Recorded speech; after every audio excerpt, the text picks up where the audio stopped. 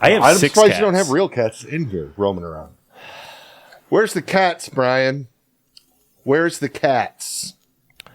Hi, this is Brian from B's Music Shop, and I'm here with Ken Haas of Reverend Guitars. You are. You're not lying. And I just asked where the cats were, because shouldn't there be cats? You know, I did think about doing cats, but I feel like it's cruel to the cats, because I know after listening to guitar nonstop 8 hours a day, I Yeah. don't want to do that to a cat. No, that's true. I need like a deaf cat, but like it happened already. Like I don't want somebody to, you know. I think you know that Lenny Lou Guitar Cat likes guitars quite a bit. Lenny Lou own Instagram, right? Right. Until you pluck a note on one. Yes. Like I put it on the floor and she'll sniff and she'll reach and she'll do all pose for pictures, do the whole 9 yards. But if you plug one in, she's gone. And zero interest. My cats, they hate the guitars, but they really hate the banjo. Well, I mean, yeah. Next you're going to tell me they hate the accordion too. Yeah, big surprise. Here's to all the accordion players I've lived with and loved. Yeah, to all the accordion players I've lived with and loved. I think that's a country to be song. fair, we're here. We're talking about Reverend. We're talking about some things, but like you're the most accordion imbued guitarist I probably know. Yeah, probably. In all fairness, yeah. I mean, I think a lot of people know you do the Polka Floyd thing. Yeah, Polka Floyd, Pink Floyd polka thing. What I find with the Polka Floyd thing that's fascinating and annoying at the same time is we travel quite a bit. Yeah. And I have seen polka bands from here to the West Coast to the East Coast. Nobody has guitars. Really? And when we get on these festivals and we start loading up guitar amps and stuff, people freak. Yeah. Like in the traditional polka people, like I've gotten yelled at. Like, what is this heavy metal garbage with your guitar? This is not polka. And oh yeah, I've had it all. And then eventually they end up, once they realize what's going on, they get it. And we get a few minutes into the dark side of the moon, and then they're like dancing and having a good time and stuff, but it takes a second sometimes for the traditional people to get into things, which is just a testament to change. Yeah, I mean, when you first told me about that a very long time ago, I didn't really get it till I saw it. I was like, okay, that's a thing. You came down to Ann Arbor and saw us play with Agent Orange. Was that Agent Orange? It was one of the loudest shows. Penny, little gal, is here, everybody, and she just put her head in her hands. Maybe the single loudest. I have done a lot of loud shit in my life. I have never seen a band as loud as Agent Orange. I forgot that was them. I didn't remember who the other band was. I saw them, and I just It was awesome, but man, it was loud. I just remember it was in that upstairs in that Heidelberg, Ann Arbor, Heidelberg, yeah. Legendary restaurant and place. Yeah. It's funny we haven't played there again. We just burned bridges, I guess. Yeah, well, they're like, you want to book that polka band again? Nah, they were really loud. I remember they were loud. Yeah, I don't think that was us, but it was us. We were loud then too.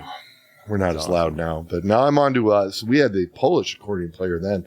Now I'm on to the Irish and German accordion player. And he does a band called Katie's Randy Cat, just to bring it all home with the cats. I don't know where the band name Cats comes are everywhere. From. But, and they do like a sort of a more traditional, but a little slightly punk rock Irish thing. And they play a lot. And then he joined our band. It seemed like a pretty good fit. And he's a fun singer and a good personality and man, he can drink. Yeah. God love him. Knocking him down. Somebody has to. Yeah. And we added a singer. Oh, okay. 19 years old, Isabella. And she can sing The Great Gig in the Skylight. Oh, that's awesome, man. So, and then she helps me. Right now? I don't have. Yeah, we've been going. Yeah, we were in Milwaukee 3 days ago. Oh, nice. Yeah, that's the town. That town likes to drink. And just a little. Yeah, it's kind of fun having her in the band too. She does all that high stuff. Oh, that's awesome. I don't have to scream and yell anymore. So, and you're holding a Matt West, which you play in your other band. Yeah, right? So. Yeah. I play a East Sider S and Polka Floyd. Yeah, I had the same one for about 13 years now. It's a little beat.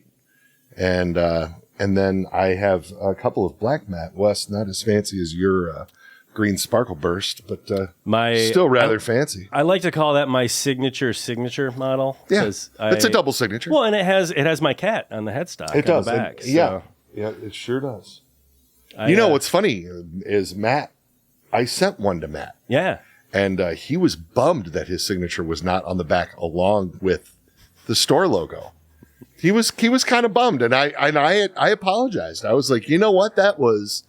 I didn't even think about that when I sent them your logo to screen on the guitar. I didn't think to send them the placement. You know what I mean? And to put his on there like next to it or under it or something like that. Kind of weird.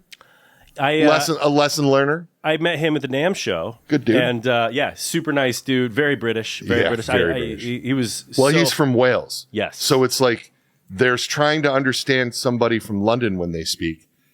And then there's trying to understand a Welsh person when they speak, or a Scottish person. It's all like I can get over there a few times. You start to hear the difference. But Matt has to repeat. If he starts talking fast, I don't have a clue what he's talking about.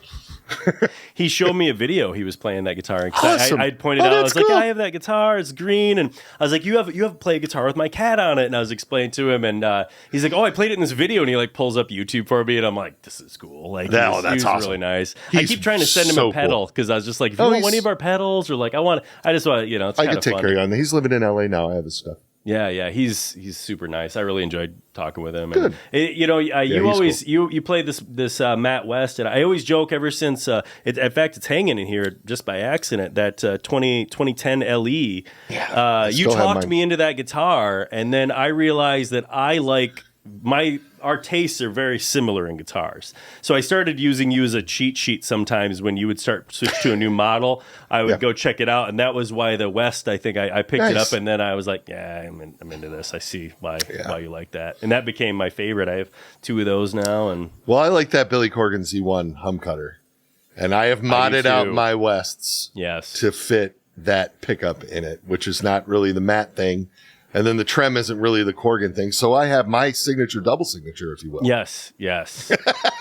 I like the Z1. I really got into that pink one. I did some content here with it and was like playing it. And I played one of them for a minute a while ago. And then I actually sat down and did some content with it. I was like really digging it. So I pulled one of those into our demo room back at the Circle R. Yeah. And then I haven't taken it back out of the demo room and put it into a box yet. That's one of those that's kind of hung around for me as well. Hey, it's just cool looking. And honestly, as strange as it sounds, the color was 100% Billy's idea. Yeah. I said, we've been doing the black and the silver for a year and a half. We should drop a new color. And he's like, what do you think of pink?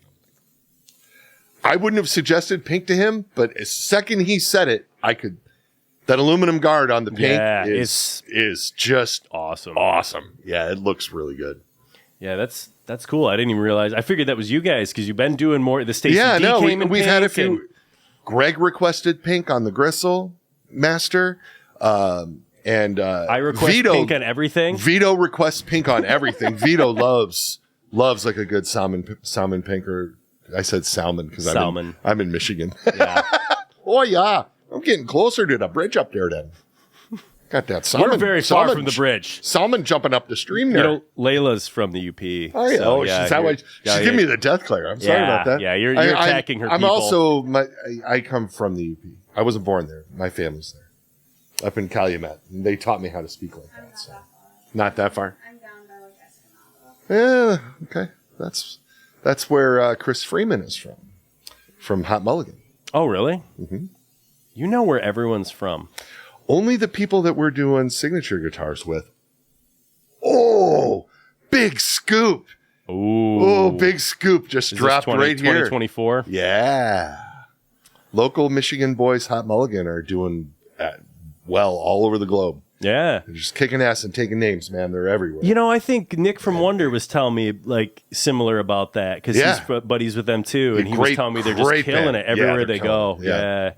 And you got me friends with him, Nick. Yeah, Nick you Diener. kind of connected us, and we've become buddies a ton over the last year. He's a great dude. Yeah, Nick's really cool. He's dropped that Wonderwall pedal. Did you check that out? I haven't checked it out. It's we were discussing this a few minutes ago. There are so many pedals, and even this is as dumb as it sounds. When they get sent to me, I don't have time to check them out. I'm guilty of that sometimes. I have 3 or 4 pedals in my office in boxes that I just like, stuff that I know I'm probably going to like, but I have been playing in the same 3 bands.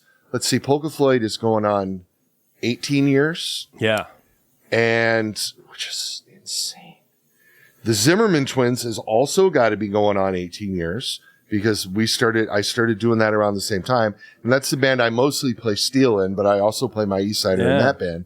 And then I've been playing in Jay Navarro and the Trader since 2015, late 14, early 15. We started putting that together. And I have 3 different pedal setups for each band because I'm a psycho. Yeah, yeah. And the Polka Floyd pedals haven't changed in 15 years. Really? Maybe a couple of little mods. You know, I got one of those, you know what I got that so I run 2 amps in 2 of the bands. I'm big into like the 2 amp thing.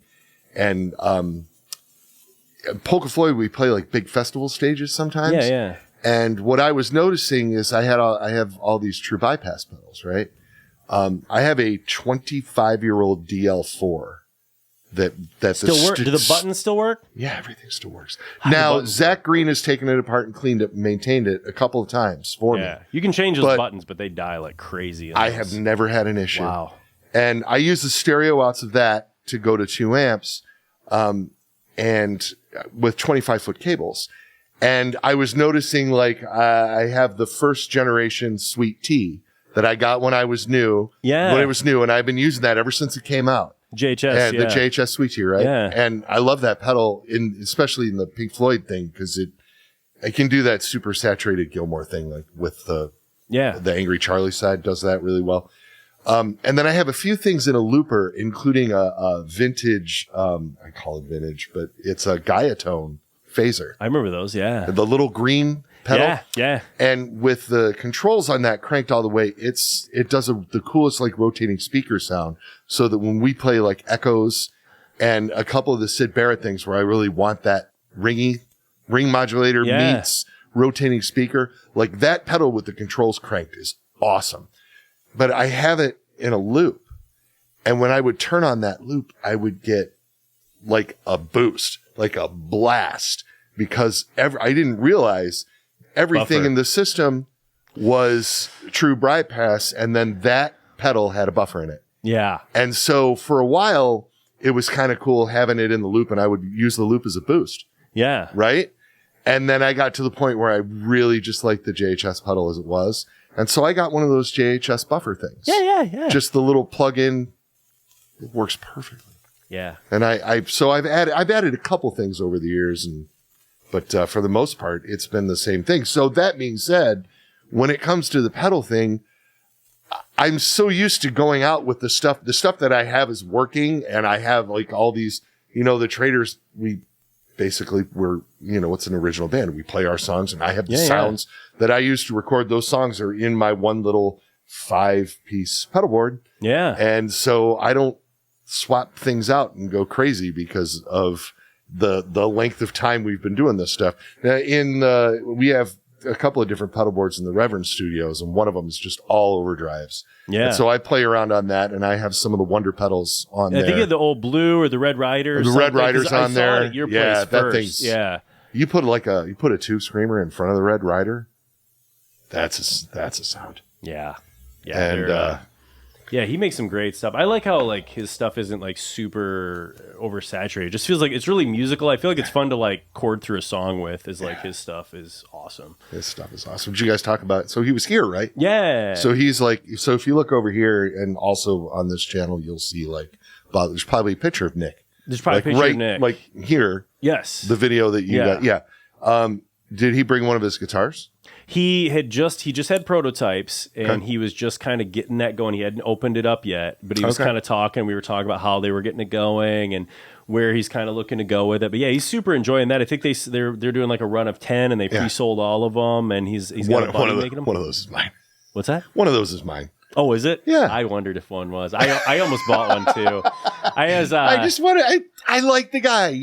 I mean, he's guitars supported. are nice. Have you played one of them? No. No, I haven't even played one yet. I played but I know he's two of them now. He's putting really good pickups in them. So real hammers. Yeah.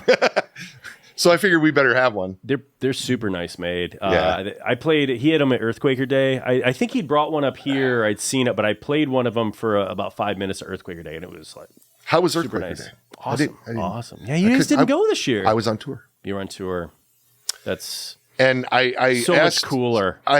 Than staying. I home. asked some of my guys if they wanted to do the show, and then everybody was just summertime. Yeah, everybody was, and they were all like. I think a handful of my guys would have gone because they usually go, but the commitment of going out there early and setting up and doing the work, like it's a day, and they do that right smack in the middle of summer, so it's a hot ass day usually too. I feel like we have a good time there because it's just like I get to see all these people in the pedal community and stuff that you like. Totally awesome. I've met a ton of like Instagrammers there, and that's how we get to be friends with Emily Hopkins. I love her, and you know, we did that. Sam Newman, I met him there last year. And then this year we went and we rented out Akron Recording Studio. And we did that video where we plugged in all 51 of his plumes and turned them all on. And Strymon loaned us power supplies. And we got a bunch of kind of people to get in on it. Hilarious. And it was the worst. I mean, it was amazing, but it sounded exactly like what you'd expect. Right. Well, chaos. And it was super fun. And we got to talk to him about all the different colorways he does and stuff. But I have a good time with Earthquaker Day. It's one of my favorite things to go to. So I do too. I mean, Anna, who works for Earthquaker, she's wonderful, has been a good friend of ours for years. She used to work for the magazines. Oh, really? So she was Penny's rep at Guitar World. Oh my God, I didn't know that's for where she years came and years. from. Yeah, and so we've known her for ages. So it's always a pleasure to get to see and hang out with her. And then you know what's I kid about this every once in a while, but it happened. You know, I met Jamie when he was Auerbach's tour manager, Black Keys tour manager. Yeah. And so Dan got a few reverends back in 2005, 6, somewhere, 6, 7, somewhere in there. He was just getting going then, right? Well, Thick Freakedness was out, and they were touring for that when I showed him guitars. Okay. And then, from what I understand, there's a Club King, like this pretty heavily modded Club King HB that Joe made for him, which, from what I hear, was used quite a bit on Attack and Release, but I wasn't there. And Dan is one of these guys that, because we've approached Dan about working with him more efficiently, and he always says, well, whatever's next to me, I just pick up and go, and I wouldn't really be interested in doing a signature model, which is fine. But we understand that, like, he had just gotten those, and he was into those at that time, so conjecture is. And then they would come through on tour every once in a while, and Jamie always took care of me and Joe. You know, he was my contact to go see them. And then he wanted a Ron Ashton guitar, and then we started talking about that, and then he did the pedal, and then I got one of the first hoof pedals. Nice. And so and then when I think at their first NAMM show, were they at Summer NAMM the first time? I think so. Yes. And they sponsored our NAMM party with us. Yes. We were looking for, and now they are so much bigger company than we are. You know, which is great. It is so cool. And that's one of the things I like about going to that too. Yeah. And it's one of the reasons why Penny and I still enjoy going to NAMM so much is we've seen in the 25 years that we've been going to the NAMM show regularly, I've seen so many people come and go, but we've had a lot of friends become really successful. I hope they say the same about us. You know what I mean? I'm sure they do, right? But it's cool to be a part of the community and watch it grow through the years and stuff. And more than just the corporations that are rolling up smaller companies, actually the people that start up and get and go places. Yeah. And cool. even with the corporations, we have friends that work at all. We have friends that work at F and, well, I'll say friend. We have friends that work at Fender and G. You know, and it's fun to see those people and talk to them and hear what they're doing and stuff. Yeah, the Fender guys got to come by our booth and see what colors they're going to do the next year. Did you see Fender's Citradelic Sunset? It's nice. It's not as nice. Oh my God, it's pretty. I didn't see it yet, but you know, some of those guys, you see them, they work for that company, and then next year they're at Roland, and then 3 years later they're somewhere else. Yeah. I mean, the whole industry. As I always tell everybody that works for me, be nice to everybody all the time, because this industry is funny, but like this is panned out for me. There's a guy that there's a guy that I know that used to work at Fender who I've stayed in touch with over the years, and he is now distributing a product that I'm interested in. And he and I are starting to do a whole lot of business together. Nice. And he could have been a dick to me when he was working at Fender, and he was not. And Yeah. he was cool then. And now we have this thing going on. You don't know that where you're at is where you're going to be forever. Well, and You I know? think any of us get into this industry because we're like a fan of guitars, and we're a fan. I mean, and nobody's a fan of just one thing. I mean, I feel like we're all a fan true. of everything, and Totally. like, you know, you come at this because you love it. I mean, Yeah, this industry. totally. None of us are in this industry for the money. I think. And whenever, and it's only people outside this industry that thinks anybody in this industry is getting rich. Yeah. Like, I love reading the comments online. Well, about anything. Hey, well, they Yeah. cut corners on that because they're making so much money. And I just giggle and think like, yeah, that's what it is.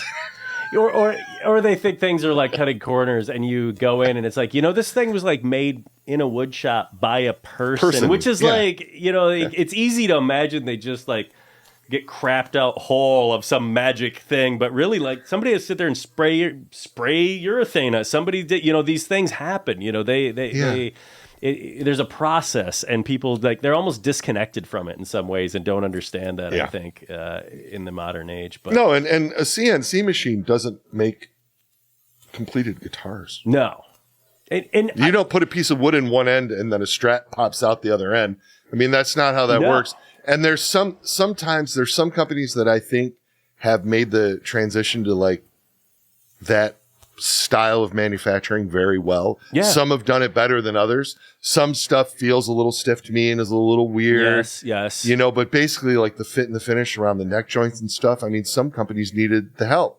And the CNC is a really, really nice, easy way to make a consistent product. I think guitars have never been, and I'm sure this will get me roasted, but I feel like guitars have never been as consistently good as they are now. No, Like, you're they're just totally super true. solid. Like fretwork is so good. Yeah. I mean, it's just like things that you couldn't. I mean, when I got into this, I remember in frets we'd get new guitars and the frets couldn't even hang in them season to season, and things are just so straight and. I mean, I can't. Oh, no. tell you. We were an Epiphone dealer in the '90s, and boy, I had to sit there with a fret hammer a lot of Saturday afternoons and get them back laying down, and Yeah. and I feel like everything is just so true and straight, and the tolerances on machining is so good, and with a little bit of good design and some thoughtfulness to use it as a tool. You can tell the people that use 100% CNC and they just go at it and go, we can, cookie cutter this out of there. And then you can see when you kind of use it with a little bit of traditional and use it for what it's good at. And it's amazing what pops up.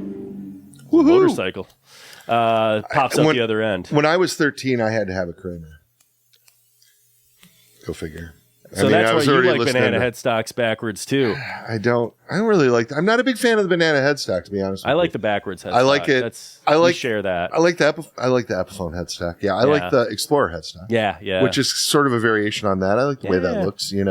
I'm not crazy about the Kramer banana headstock, but when I was 13, I had to have a Kramer because it was the Eddie Van Halen thing.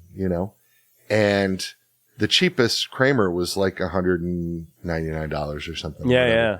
In was it the Striker? 1980, Was that the Striker? I don't even know if it was a Striker. I don't know what I don't remember what it was. The Berettas? But I do remember it was an absolute piece of shit. It was utter garbage. Yeah. The trem had nothing worked. Nothing stayed in tune. It was 3 single coils. I didn't know I needed a humbucker. And it was a really bridge horrible was like pot metal that would just crumble after like 10 years. It was like a horrible instrument. Yeah. And a $199 guitar now is a player. It's magic. Yeah. Is a player. Comparatively. Yeah. Right. And $199 now is, if you think about $199 then is what? $500? Penny's holding 8 or 1983. Yep. So it is incredible how that has changed. Oh yeah. I agree with that. I remember seeing some Fender product like a Tele thin line or something that came out of China a few years ago that was like, a few years ago, 10 or 12. Yeah, But it was like $350. And they made these like gray ones. And I thought, man, that's super cool. Yeah. And I took one down off the wall at Herb David. That's how long ago this was. Herb David. Did they Music still Studios have the in Ann John Arbor. Lennon chair? Yeah. That was what I And remember, that music store. I sat down on the John Lennon chair with the $350 thin line Tully, and I had him bring me a screwdriver and a couple of Allen wrenches, and I dialed it in. Yeah. And it was rad. Yeah. Like maybe better playing than a vintage thin line, because those are a little rough. Really, they are. And this thing was right.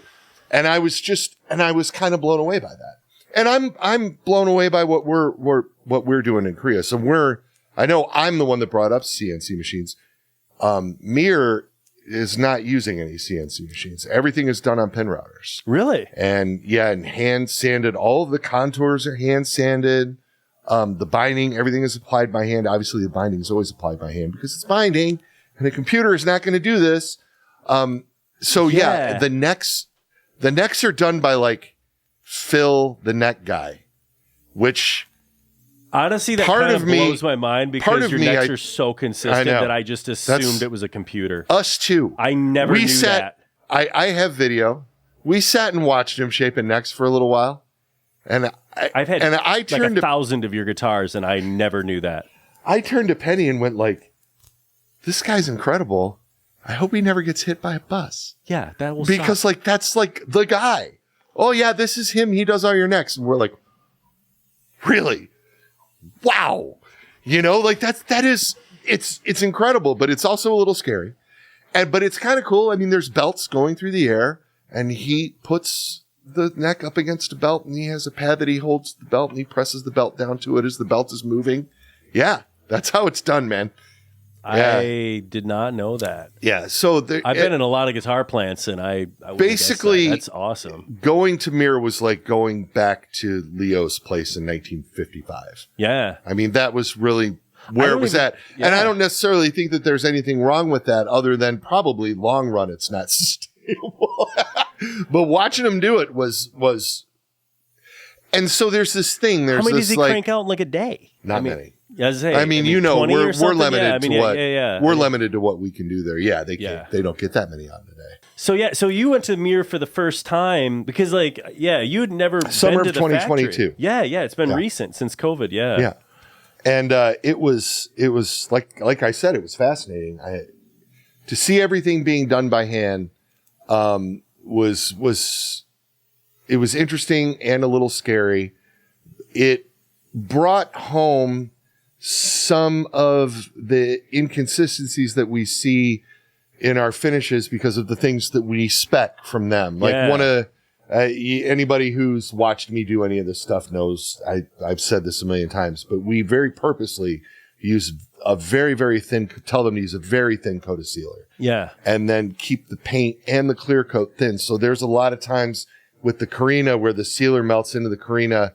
And then, of course, the color coat and the clear coat will do the same thing.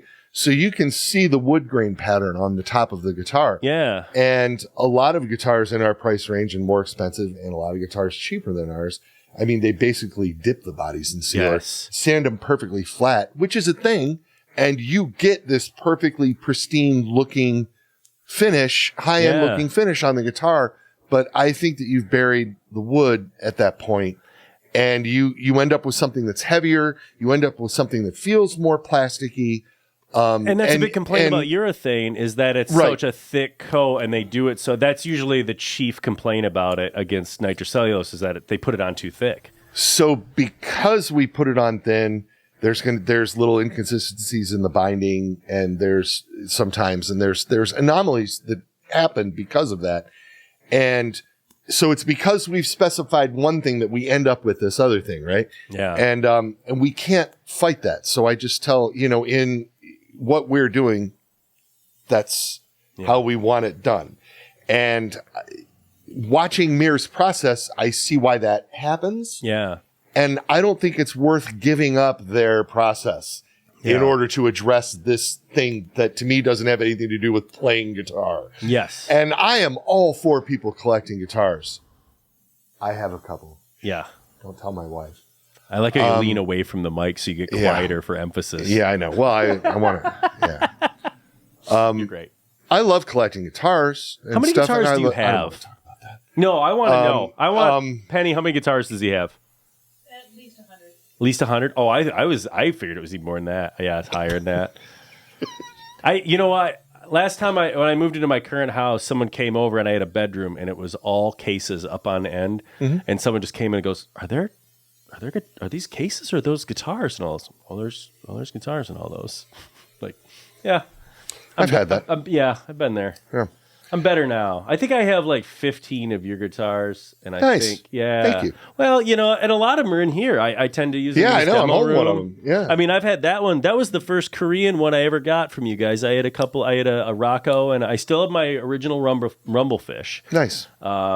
Still play it? I love it. I still love it. Yeah, those are great. I want to get one of the fat fishes. I got one in here that I keep thinking I got to take home. That's my other one I love so much in the current So line. we're just in one of and I know he just passed away. Hauser's so last wish from us before he passed away was that we put a 2+2 headstock on that. Yeah. And we didn't get them in until after he was already gone. Yeah, so he had one, and his wife, Kiri, has the prototype with the 2+2 headstock. Yeah, I heard that. And she used it. Yeah. She used it at the tribute concert a few weeks ago. Oh wow. And yeah. and now that's what we're shipping now, and which is cool. But rest in peace, Mr. Brad. He was a long longest, time. Yeah, one of the longest endorsers I know. Well, yeah, of he you was guys, our first signature model. Was the Brad Hauser Rumblefish 5? Yeah, the Hauser model. It was cool bass, big cool. old pickups, lots of switches and lots of nonsense. Weird scale. That was 35. Was it? Yeah. And I still get phone calls for people wondering what strings to put on it because the windings will stop before you get to the nut. They'll taper before you get to the nut. And technically it's fine. Yeah. It still works, but it's not yeah. It's not really right. And so there are a couple like Labella, I think, makes strings. And D'Addario makes one for those scales. It's like an offshoot of the XLs because I've had to order them for people. You heard it here, folks. Yeah, D'Addario they have one that they make for those length scale bases. So D'Addario makes everything, I think. Yeah. I think D'Addario might make me. I don't know. Yeah, right. No, they do make it. I know Evans, right? Yeah. Yeah, because we just got drum heads for our studio from them. Yeah. Yeah. And I didn't know that was them. No. What about this is so off topic because we were talking about collectors, but what about the little thing that the little power module thing that plugs into the back of your amp, but there's no cord. It just has the prongs right there. It's like 1 inch long and it's I don't know what any of the input jacks are called. I know there's names for all these things. I don't know what you're talking about. But it's like a little plastic thing that's this big, and one side of it plugs into your amp, and the other side of it looks like it would plug right into the wall. Yeah. But they are advertising that as every musician should have one of these because if you can't find a power cord for something, you can just run any extension cord to anything that has this input. That's actually kind of genius. Now that I right. think And the about first time I saw it, I thought that was stupid. And then this is stupid. And then I read the description. I was like, oh, I got to get one of those. Yeah, that is. And D'Addario is Planet Waves, probably. They're really good for that kind of stuff. Like, you look at it, you're like, oh, yeah. Like I could travel to gigs with like a bag of just their crap. Like, well, I don't know. I might need that. Hand exercisers. They make drum pads, Anyways, a little everything. Back to what I was talking about guitar finishes. I want to make guitars for collectors too. Don't get me wrong. Yeah. And we strive constantly to always have the finished stuff be better. But there's always been a thing with our line where they just feel good. Yeah. They just feel different. And I'm not dissing any of my competitors because I obviously love my competitors' guitars. Don't get me wrong. But there's a thing that's going on with our brand where people play them all the time and they're like, man, this thing it just feels like it's already broken into my hands. That's one thing people say. Or people say it feels like a vintage instrument. It's brand new. Or variations on that. And I've always wondered why that is. Because I feel the same way. I picked up your HPP over there. Yeah. And the neck on that HPP, that rosewood neck, I was like, oh, this is great, And it's rolled. Yeah. The edges are rolled right. And it's just fantastic. I've always kind of wondered, so what is the specific trait? What is the specific characteristic about our guitars that make people say that? Yeah. Versus a new Les Paul or a new whatever we're competing against in whatever market range. And then when we went to Mirror, I was like, oh, it's not any one thing. It's all of this. Yeah. It's these 40 people at these workstations all doing this stuff and and I think that somehow when you pick up one of our guitars, you can feel that. Yeah. And Penny and I have been effectively trying to put that into words for the last year and a half, and it's tricky because I don't want to sound patronizing and I don't want to sound like I'm insulting what other people are doing. I just think that they're doing it right. We are able to tap into this sort of old school way of manufacturing, and that might be the only factory that is still making guitars like that on a production basis. Don't get me wrong. Yeah. I understand that there's guys that are making $5,000 guitars like that, or whatever. I get it. I know people who switched away from pin routers in the last 10 or 15 years and that are, I mean, and again, I don't there's have nothing wrong. I mean, every vintage. I know, I'm not either. That's That's the other thing. I'm not saying that that's bad. So here we can talk about like my guitar collection. I like all kinds of crazy shit. I have a Avril Lavigne Telecaster. I've seen that. That hung in Joe's Music in East Point, Michigan for, I don't know, 12, 13 years. And one day I went and there was a sticker on the pickguard and I peeled back the pickguard plastic and the checkerboard was bright white under where the sticker was. And the whole rest of the guitar was completely faded because it had been hanging in his store for that long. And he was talking on the phone and I picked it up off the wall, walked down to the door and said, just email me what I owe you. And It's cool. It's weird and silly. And I put better saddles on it and we put a rail hammer in it, of course. Yeah. I've seen that picture of that guitar. It's cool, man. So from that and to, I have some Sirs that one in particular that I wish I knew what gave it its magic sauce, but I have this Korean ash body maple top, roasted solid Pal Faro neck. Oh, really? And it's gorgeous. It's completely over the top. Like there's no reason for this thing. It sounds incredible. And every once in a while, I don't play it as often as I should, but every once in a while I plug it in and I'm just like, wow, this thing sounds huge, Yeah. And then of course, one of them blue. I feel like you showed me. I have a blue. Yeah, I think I've seen the blue one. So, and I use the blue one in Railhammer marketing a lot. Yes, because it's solid blue with no binding or nothing fancy, but it's got a bound maple board with a reverse headstock. Yeah. And by the way, we can just get into this right now. People call this reverse headstock. This is actually the way. It's correct. This is correct. This is the way all headstocks should be on guitars. Because when you're playing and you need to tune, you're playing and you go like this. People say, well, it's so awkward to tune. Why? You're holding your hand like this. You're holding your hand the same way. This is awkward, but it's just what you're used to. I get it. I'm just saying. So I saw that Sir with the reverse headstock. And I was like, oh, I gotta have that. But it's just this like blue metallic body. And the Billy Corgan Z1 pickups just pop right out of this. It looks with the Chrome Floyd and the Z1s and the whole, it's a badass ride. And I've got a couple of J Customs and a couple of, you are kind of my number one high-end Ibanez customer. I'm a dealer for you, but you buy a lot of guitars from me. Not a lot. No, I mean, I've bought a handful. Let's put it that way. But I did get I think let's say Ibanez above $2,500. You're probably in my top 5 customers. I did get the Pia. I got the Pias from you. Yeah, you get 2 Pias. Yeah, those things are great. Yeah. Did you get any J Customs from me? I feel like you were trying to sell me on one of those 50th anniversary things, and that's just was way too rich for my blood. There's a line needs to be drawn somewhere. Yeah. I've learned in this industry it doesn't. Apparently. Well, no, I know that's just my personal line. I know. Yeah, I see I stuff don't know where that the line is anymore. Some of the stuff that like the Fender Custom Shop puts out, some of the stuff that Gibson just full on makes. Yeah, I'm always like, you look at the list price, you're like, oh, that's $22,000. I still love Paul Huber's corn guitar. His That's corn a lot of Strat. money. Have you ever seen his corn Strat? The ear No, of but corn? do you? He has a Strat that literally has a painted on ear of corn. I have seen that. It's do you almost a remember? meme.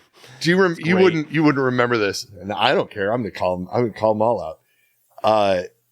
There was a Les Paul from the Gibson Custom Shop in 2002 or 3 that was like this burned out thing, and the guy who made it was inspired by 9/11, and it was on one hand really heavy, and you're like, wow, that's crazy, and on the other hand, just completely over the top. Like, why- one of the why most do ridiculous this? things I've ever seen in my life, and it was so, and they were really, they're going nuts, but they're still, when they launched the, I'm a huge fan of Knopfler. I'm I fashion myself a finger player, which is ridiculous because the guys who do the hybrid picking thing and the Brian Setzers and stuff are real finger pickers. And what I do is like, I put 2 fingers on the guitar and play with 3, which is not the same thing. You introduced me to Tommy Emmanuel, like in like 2005 or 6. Like you were like, "Hey, come to Ryman. We're gonna watch this guy Tommy Emmanuel." And I'd kind of heard of him a little bit and saw a little bit.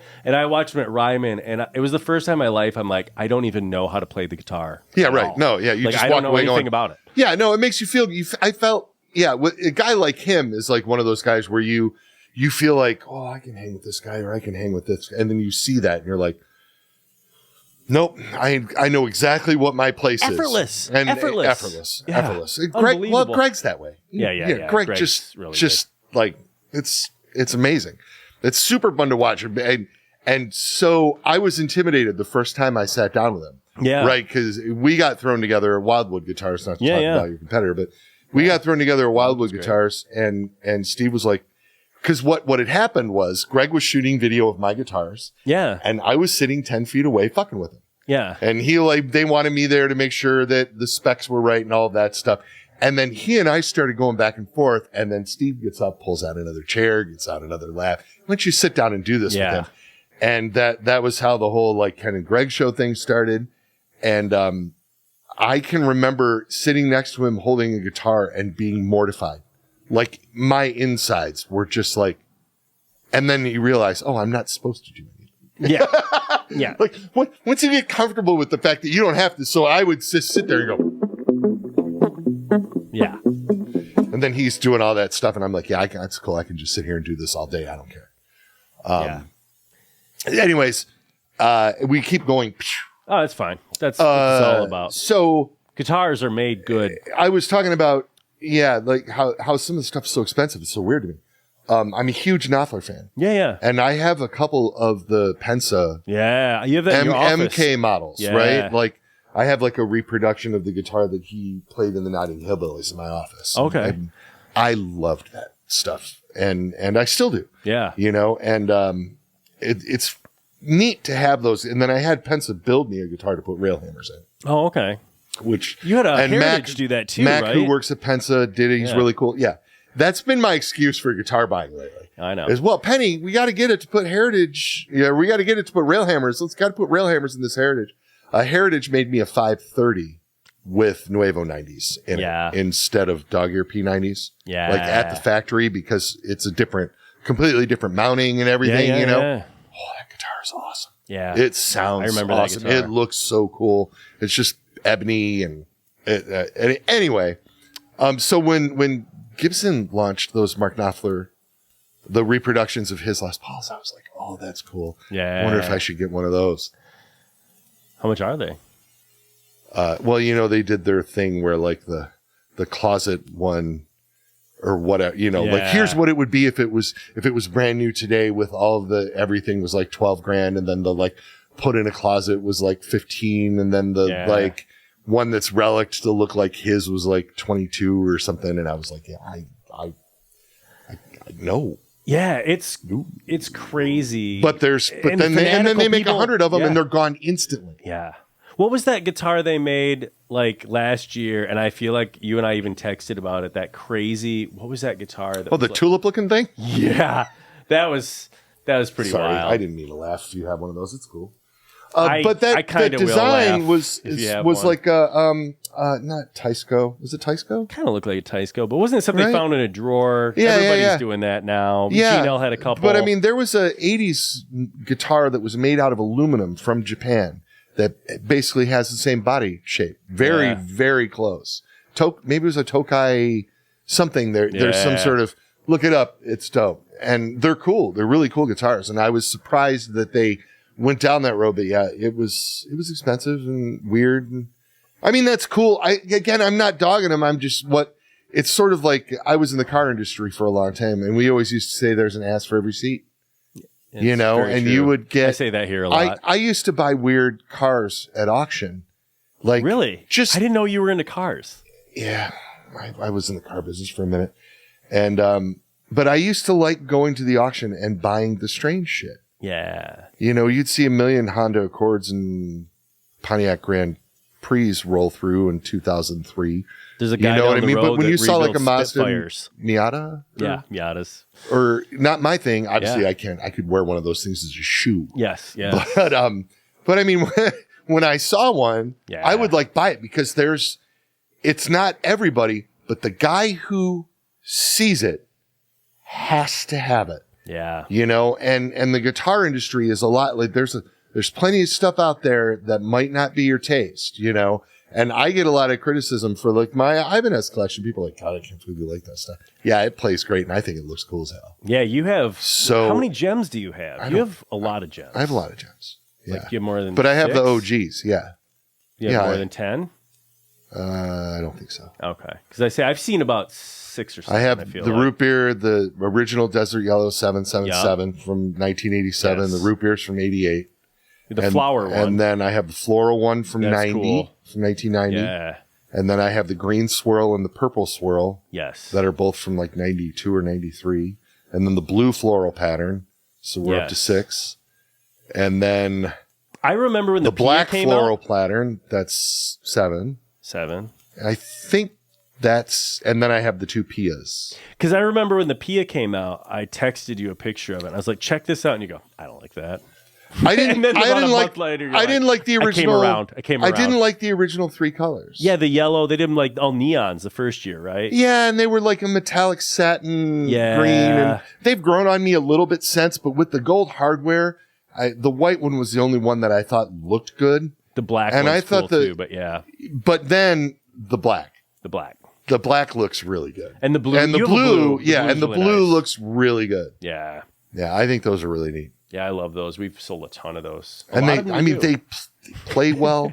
They sound good. They are nice. They're super well made. Fujigen, I would love to tour their factory. Yeah. And see how they do that stuff. You know what I mean? That's on my bucket list.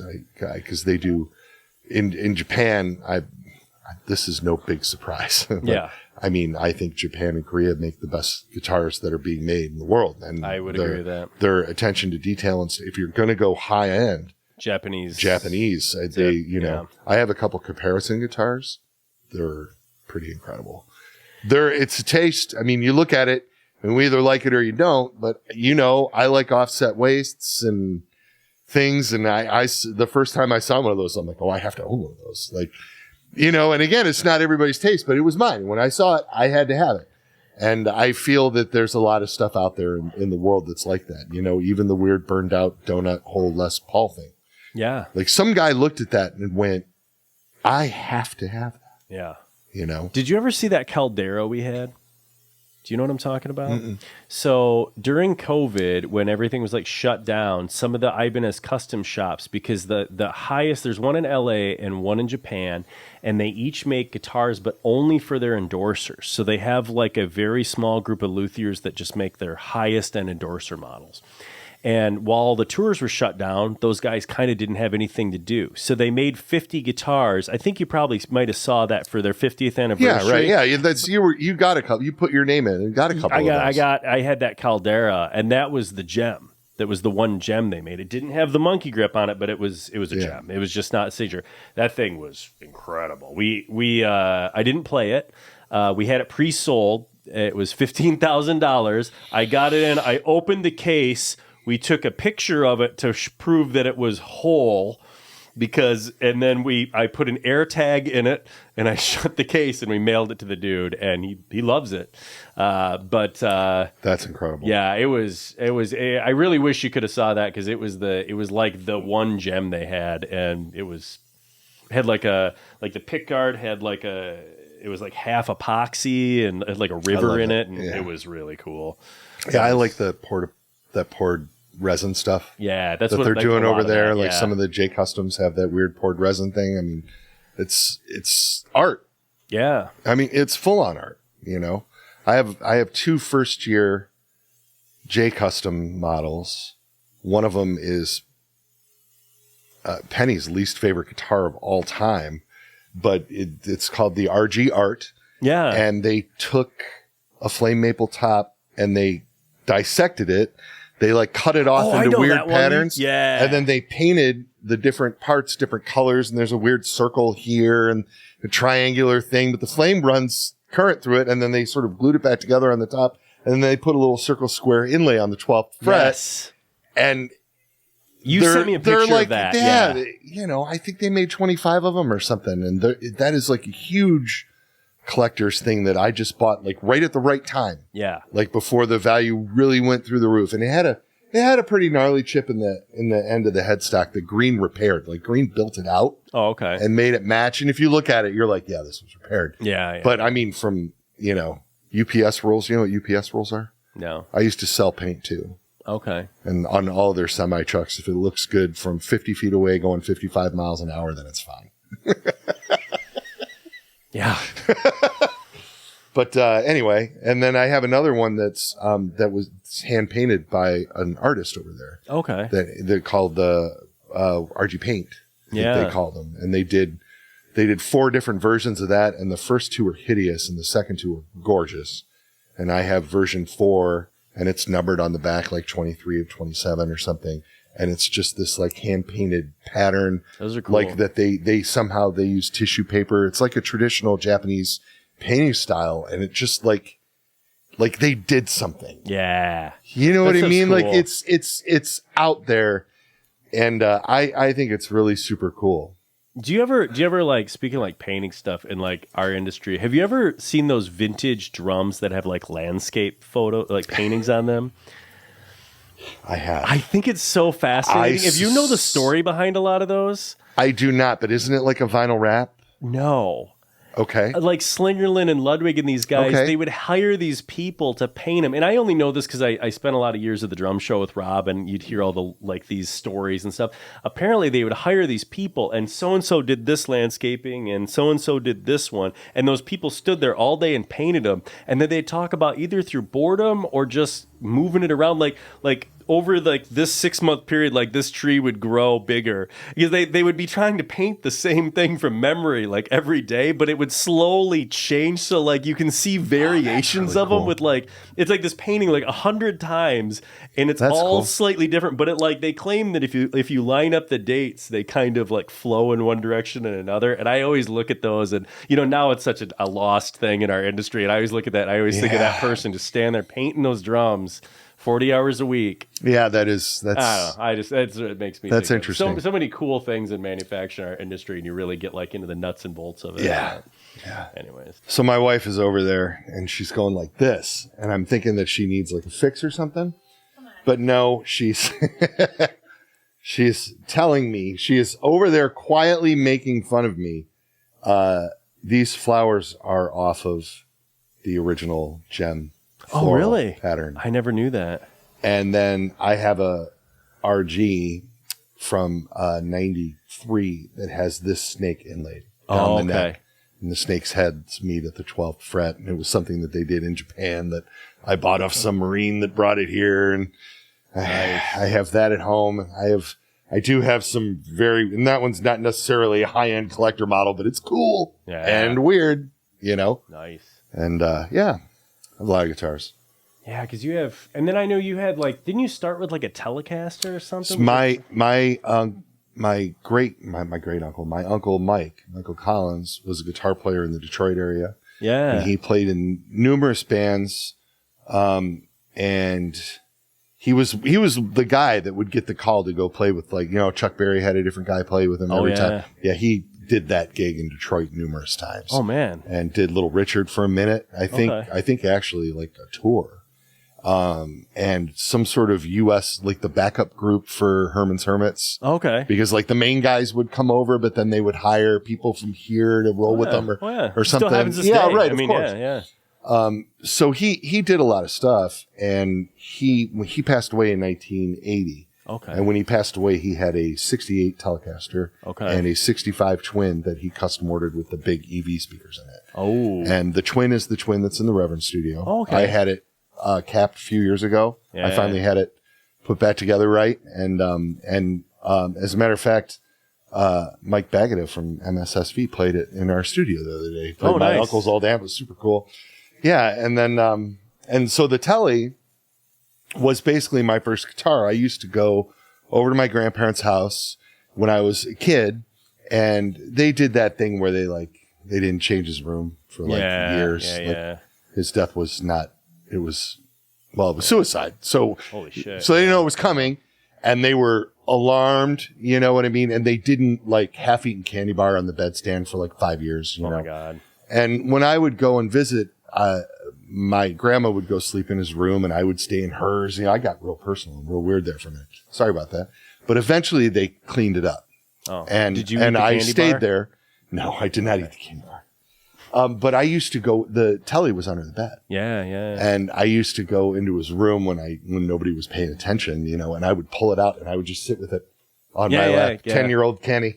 Yeah. Just sitting there with the Tele. I didn't know what to do with it. Yeah. I just knew it was Mike's, Yeah. And, one day when I wasn't 10, I was probably 13, and I was sitting there with it. My grandfather puts his head in the door, and he looked at me for a really long time, and they never yelled. I never did anything wrong for these people. I knew I wasn't in trouble, but he just looked at me for a really long time, and he went, "Well, it's probably about time you took that home." Yeah. Oh man.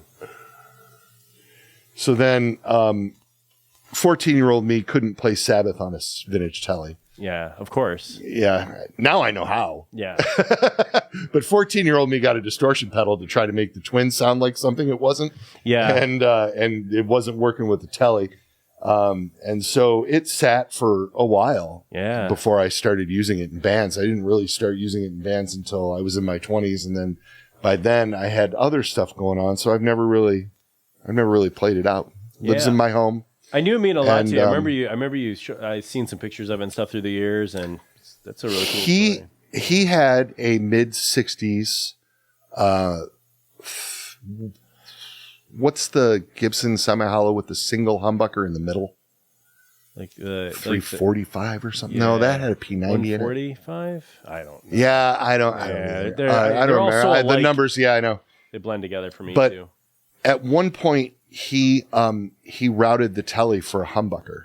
Wow. With a screwdriver. If you take the pickguard off, the cut on the pickguard was done with a dull pair of scissors, and the body was clearly routed with a hammer and a chisel. Yeah. But the humbucker is a real PAF. Oh wow, nice. PAF sticker on the back of the humbucker. I mean, it was 1969 or whenever. Yeah. It was that he did it, and he took it out of one of his old.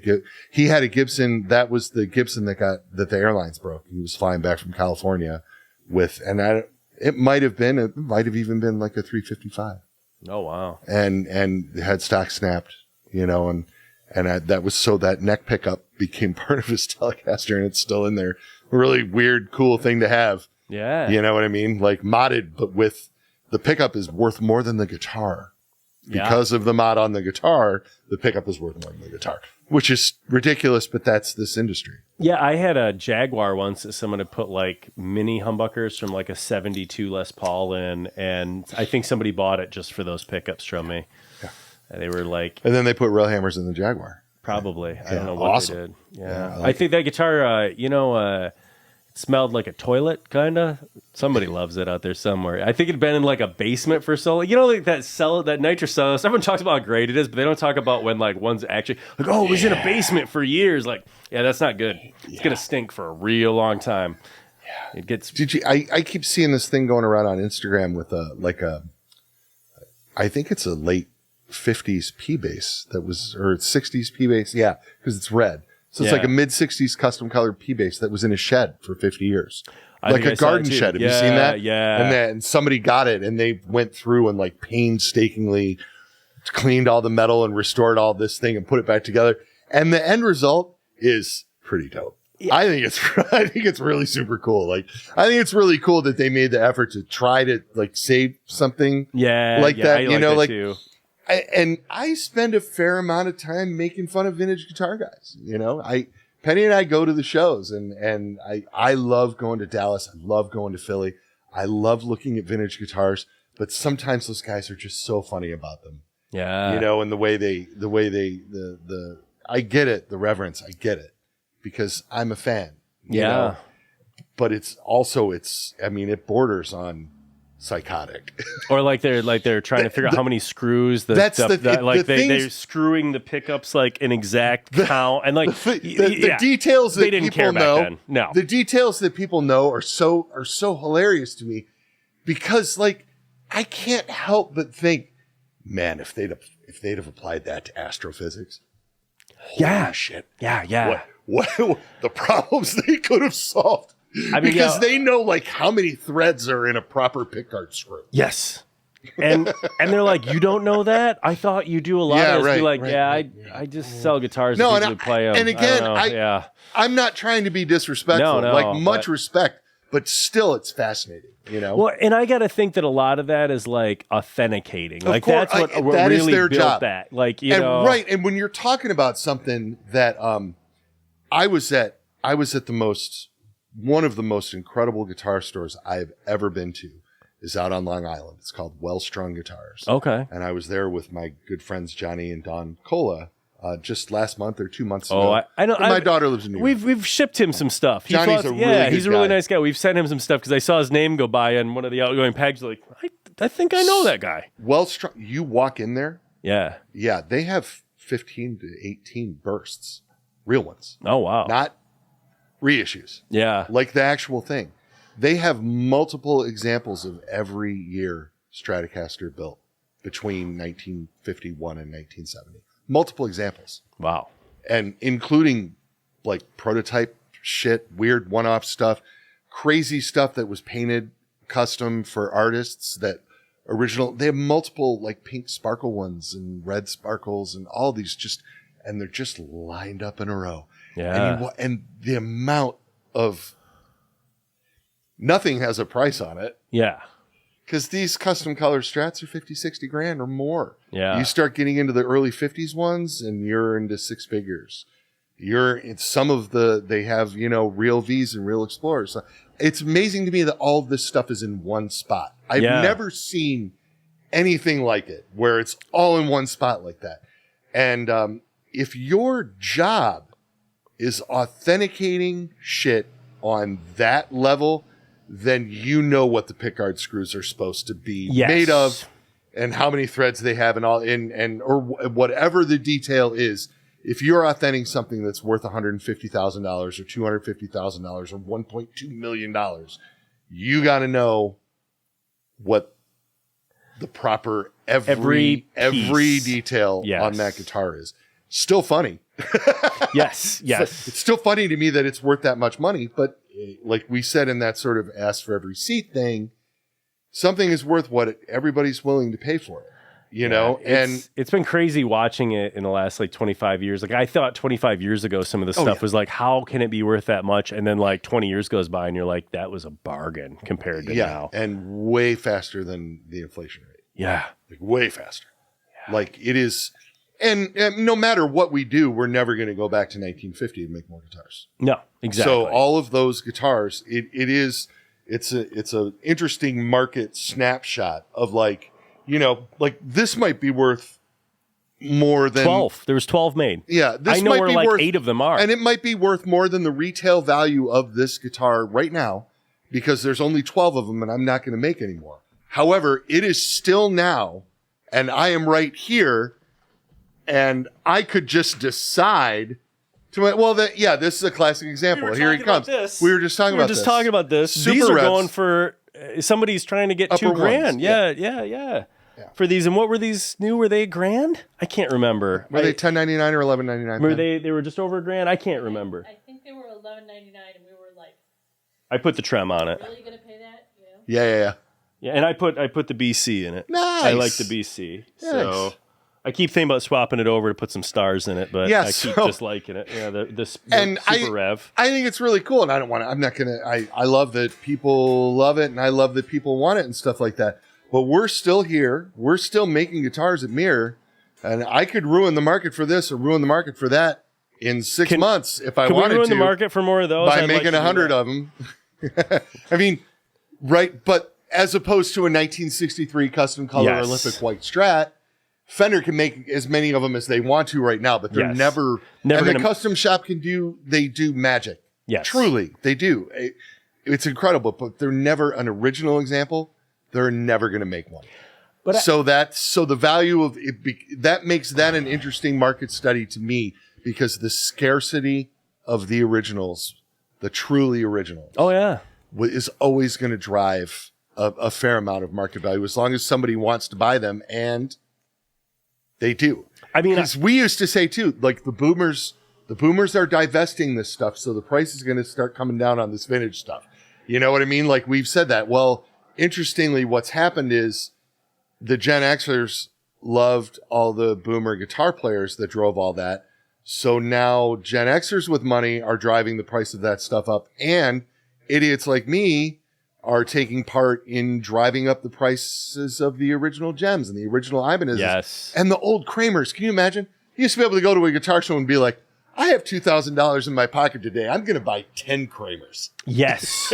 I used to buy a ton of Japanese stuff. And I'd be like, I remember telling people going, I bet this stuff's going to be worth money in like 10 years. And people told me I was crazy. And I go, they're not making more of it. And boy, all that stuff is crazy now. It's crazy. I bought these. I got really into Twin 12s 20 years ago. I showed you some of my old Sun amps and things. I got into these. People would bring them in here, and I'd buy them for $75.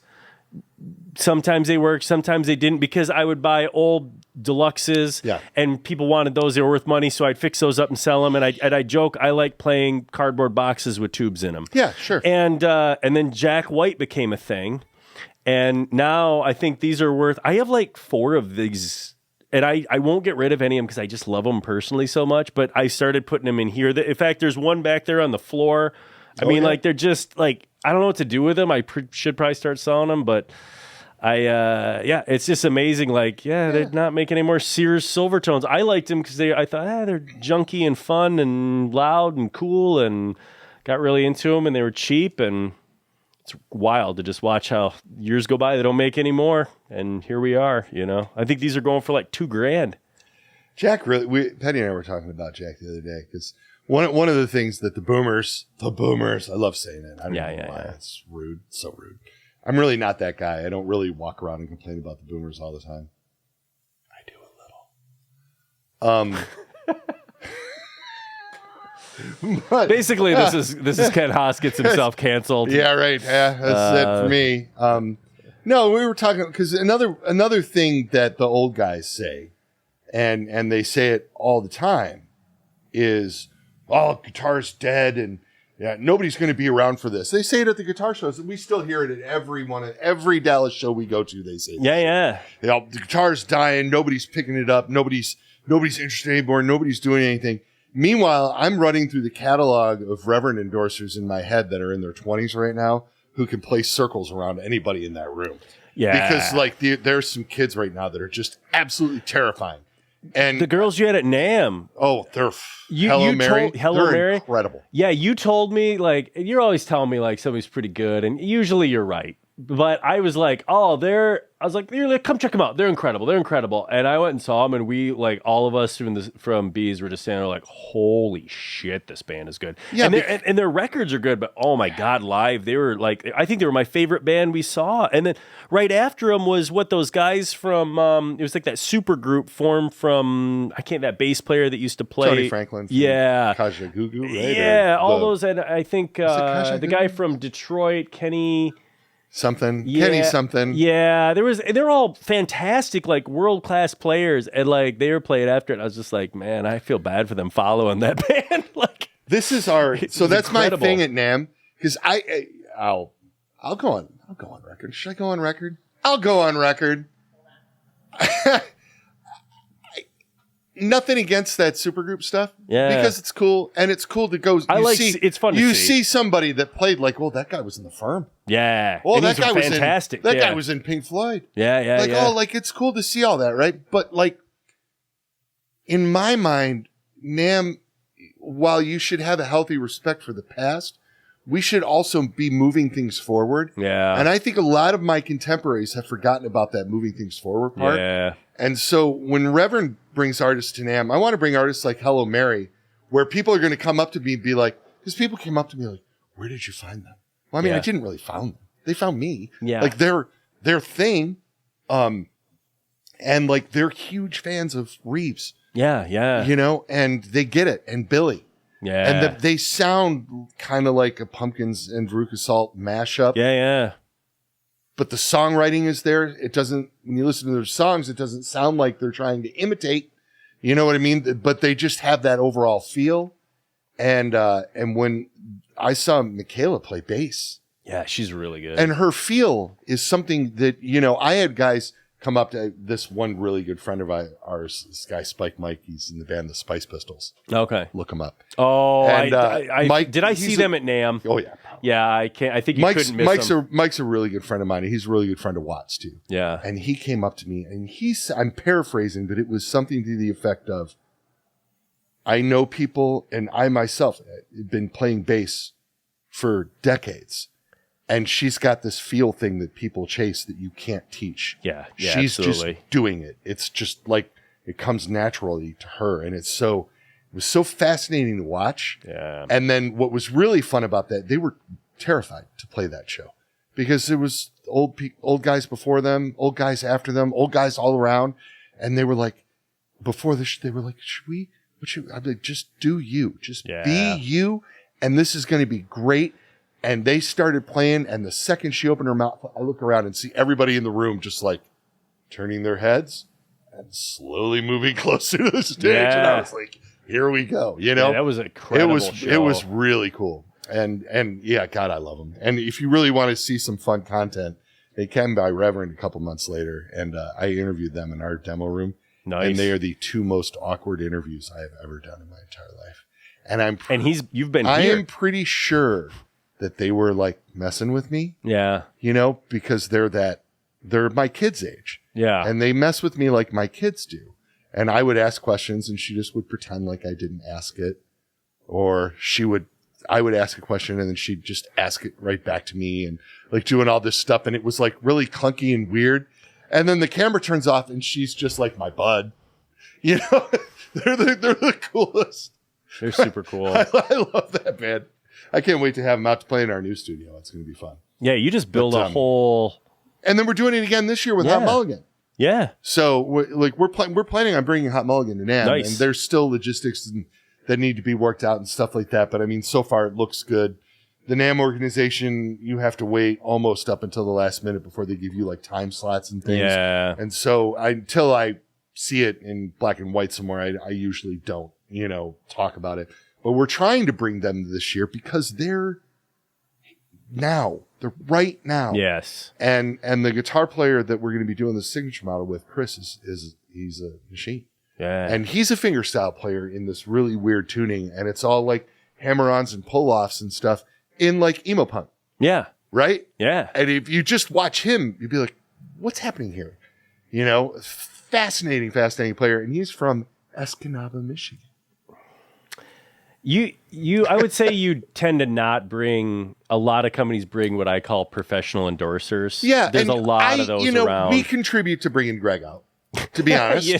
Right? But Greg is like, he is so beyond endorsing it. I mean, yeah, he endorses like everything, but he's also such an incredible player. And personality. Yes. And he's the whole 9 yards. What's been fun for us in the time that when we started working with Greg, there was talk of, well, my son knows this organ player and he's trying to talk me into doing something, blah, blah, blah, blah, blah, blah. That was when we first started working with Greg. He started telling us about this organ player. Yeah. And then that has turned into the Cock Marshall Trio, which Yeah. is awesome. And now they are touring the globe like 35 weeks a year. Yeah. Like They Greg seem like is they're doing great. Is Greg his son is like- Dylan, right? Or Dylan something? is his son. Yeah, yeah. Dylan's yeah. his son, the drummer, and then Toby Lee Marshall Yes. is the yeah. organ player, and he does the bass thing with his feet and stuff. And Oh, man. and it's a power trio from hell. They're just fabulous. Their live show is just ferocious, and so it's been great to see him. But then now he doesn't have as much time as he used to have Yeah. to spend at Fishman or Reverend or Wildwood or where, all of the stuff that he used to do.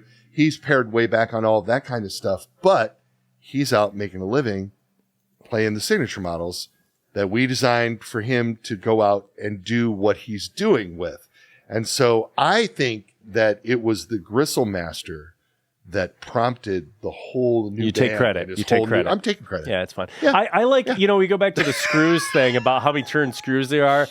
I don't even know if it was a joke, but it was like the Gristle Master was 3% bigger than a Telecaster, or some laughably tiny amount. That's a And true statement. It is true. It is. But I've seen people obsess over that number and what Me it would. too. Oh, they're like, I couldn't play it bigger, and it's like 3%. I think most guitars probably have a 5% tolerance difference if you really sat down to the you're right. micrometer. Oh, you're they're totally not right. all the same size The difference in size is similar to the thickness of the binding.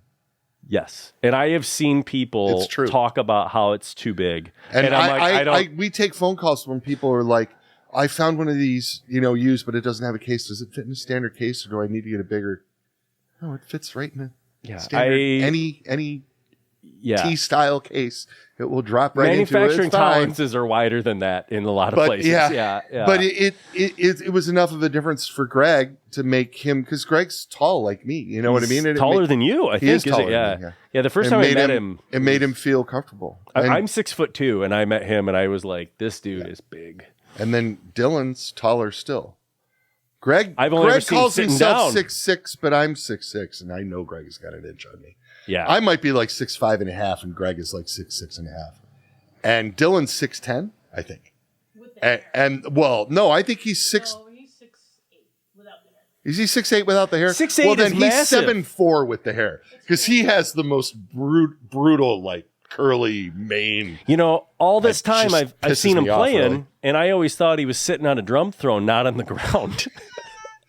He's sitting on a throne. I think it's funny because he plays the little jazz drums. yeah. And then they're super far away because his arms are like mine. Yeah. He looks like Animal back there. Yeah. It's rad. He's the best. They're such a great band. Yeah. I think I saw he them was in going to join me Nashville. for Dark Side of the Moon last weekend in Oh, Milwaukee, really? and then he got the invite to join Eric Johnson on stage for the encore. Oh, yeah. So Yeah, I the can old see. Ken over at the Oktoberfest. Yeah.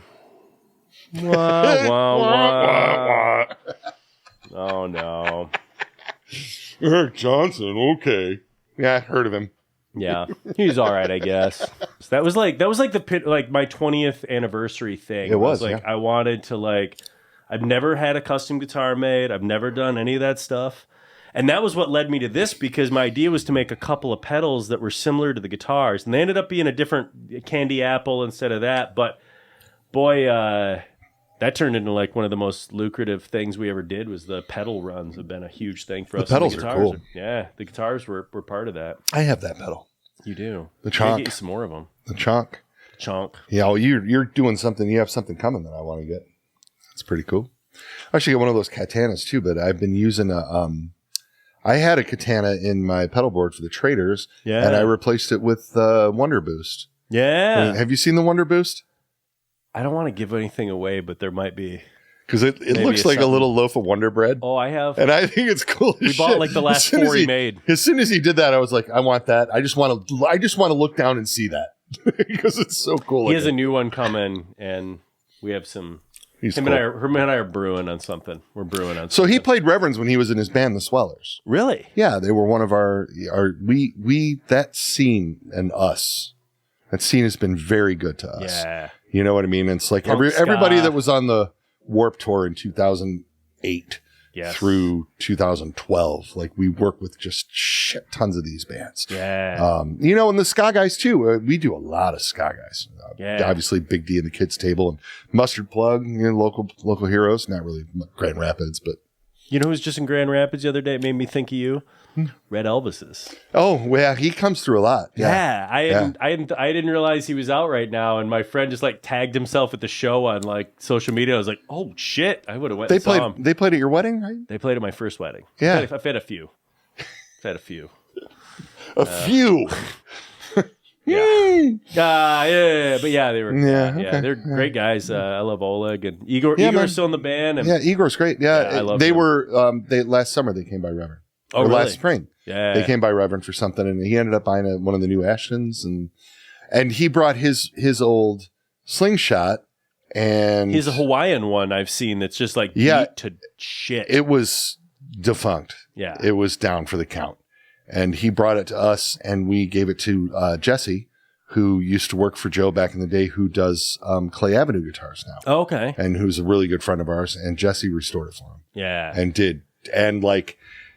Because the whole trem area was all broken out. Yeah. And there was the posts were not secure and all of this. And so Jesse basically took it apart and rebuilt all the inside of it for Igor. Igor told me that it was the only guitar he found that he could beat on as much as they played. And that's funny. He did eventually beat it in the ground. He did eventually. He told me like I think he had a guitar for that one because that one was like the aluminum, right, or something. So he had one that was like the phenolic or however you. Yeah, he went right through that. Yeah, he told me he put a giant hole in it, and then he put a Red Elvis sticker over it and toured with it like that for 6 months. And he goes, I could not destroy that guitar. Yeah. He had holes in it with stickers over it, and he's really those were fun. Guy. Yeah, they're a fantastic band. If you're ever going to see him live, he's a monster musician. He certainly is. A guy can whatever communism surf is, it's his own genre, and he owns it. He does. So I worked for Joe when we did those, and I have a handful of those in the guitar collection too, and then I've saved some prototypes and some one-offs. Of these too over the years. I kept one of these. Yeah, I thought you had one. And then I had a friend, a band came through on tour. A guy just lost his ever-loving mind. Oh, really? And I sold it to him. I figured he had asked about the other day. We'll get it on the road. We'll get it on the road. Yeah, I mean, they all come and go, man. I mean, I have Green's Pink V. I had a Nuevo 90 in it. I really enjoy. I saw one of those go through used the other day on Reverb and go by, and I went, "Oh, it's been there long enough to go here and back." That's funny. Yeah, it is funny. Yeah, and the used market is interesting. Like you were talking about those Super Revs. It's weird and it's cool. Yeah. You know who got one of those? We did Lefty Super Revs. Yeah. Just a short run because Elliot Easton wanted one. So yeah. And then we have pictures of him out playing it, doing stuff. Isn't that cool? And he freaked over the rail hammers and stuff. And then he since then he has ordered a left-handed Reeves Cabril's dirt bike from me, but we haven't made it yet. But we're going to make it for him. It's just we haven't gotten there in our production yet. Didn't you do a lefty WattPlower for a minute? For like a hot second because of a similar thing like that? I don't remember what that was about off the top of my head, but I do remember doing 8 or 12 of them. Was it Iggy Pop? I thought it was Iggy Pop. Oh, yeah. It was Iggy himself. Iggy Pop wanted one, but he wanted it left-handed, so you had to make him. Yeah, that's right. And then, and he did an interview we saw with him recently at his home in Miami, wherever he's at. You could see it in the background. And Penny and I were like, look! I forgot all about that. That's cool. And like all across the nation, people went, the guy from Red Hot Chili Peppers has a WattPlower. Yeah. Nobody noticed it but me and Penny probably, but that's okay. Because I've seen the WattPlower pop up so many places. Didn't Fred Armisen have one too? Yeah, all kinds of people. Yeah, I sold Fred his. Yeah. I don't know how that happened, but I think that happened everywhere now. I think that happened through Watt too. By the way, I think he saw Watt play somewhere, and one thing led to another, and Watt was like, "Hey, can we sell a bass to my buddy Fred?" And then I'm like, yeah, send me his info. And then it's like Fred Armisen. I'm like, holy shit. All right. We sure can. And then he was nice enough to send me a picture. He sent us a beautiful picture of Really? him holding. Yeah, He seems lovely. We put that up on social media and stuff. He paid for it. He didn't have to send me a picture or whatever. He was like, "I'll help you guys out and send you a picture." I'm like, "That's fun." And about once a year, I post it to my Facebook page, and he gets 1,000. Like, oh my god, you kidding me? One time we sent a box of ukuleles a week before Christmas overnight to Kevin Costner. That was my weirdest one. That's real. Okay. He was giving them away? Like he was giving them away? Yeah. Okay. It was when so it had to do with we were doing a ton of ukuleles at the time, and it was like we didn't really know until like we're like, oh, okay. It was when there was like a bunch of wildfires in LA, and all these people were fleeing their homes, and it was like 10 days before Christmas, and they had a very specific list of Kala ukuleles that they had for Christmas gifts in this house that they had to flee. And we were apparently the only place that had these weird colorways because a couple of them had been out of stock a lot of places for like 6 months, and we had to overnight them. And we're to this weird house, and I was like, this can't be real. And we Googled the address, and then we Googled Kevin Costner and Aspen, and there's a picture of him in front of this house casting into the pond behind fishing. And we're like, I guess that is his house. I don't know. Sorry, that's a completely unrelated story, but that's real. I have a J. You want to hear a good J. Mascis story? Yes. Oh, I do. So we sold J. Mascis guitars. Yeah, he was Ron Ashton's what would have been his 70th or 75th birthday party. Yeah. They had a big party at the Blind Pig. Yeah, I remember that. And Watt played bass, and Yeah. Jay played guitar, and Kim Gordon played bass on. No, she just sang a few songs. That's right. And then the singer for Mudhoney, what's his name? I'm so horrible with names. Yeah, I'm awful. He sang a bunch of the songs, and he's a Reverend fan. Yeah. I've had strange run-ins with Pearl Jam over the years, but the bass player for Pearl Jam, Clement, right? Jeff? That sounds right. Jeff sounds right. I think that's right. Yeah. Anyway, he bought him an Ashton V for his 50th birthday. And then, so apparently he's like a huge Stooges guy. Yeah. So they do this like big all-star show at the Blind Pig. And there's been a few Ashton events that Penny and I go to. And we get invited because we're still very good friends with Kathleen, Ron's sister. Yeah. And we make the Ashton guitars still. And, what would be the artist income, the artist percentage of the Ashton guitars go to the Ron Ashton Foundation, which supports music education in Ann Arbor, a teen center there that he apparently is still there that he hung out with, and mostly the Humane Society there because he had a shit ton of cats. And yeah, I knew I had his V for a reason. There you go. And so anyway, so she invites us up, and what we've done at a couple of these Ashton events is I have his original Avenger, lives in my office. Yeah. And then I played it, I think. Yeah. And then we at the time we were doing the V. Yeah. And we had them up there, and Watt comes stumbling over to me like after we just had him set up on a table for people to look at by the merch area, you know what I mean, and whatever.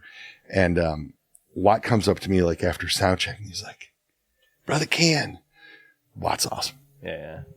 I think Brother Jay wants to get one of those Ashton guitars. Can I bring him over?" I'm like, "Yeah, of course." Yeah. So Jay comes over. He doesn't talk, and he's got the glasses and hair, you know what I mean? And he walks up to me, he just puts his arms out. So I like pick up the V and I like put it in his arms. He doesn't play it or nothing. He just goes.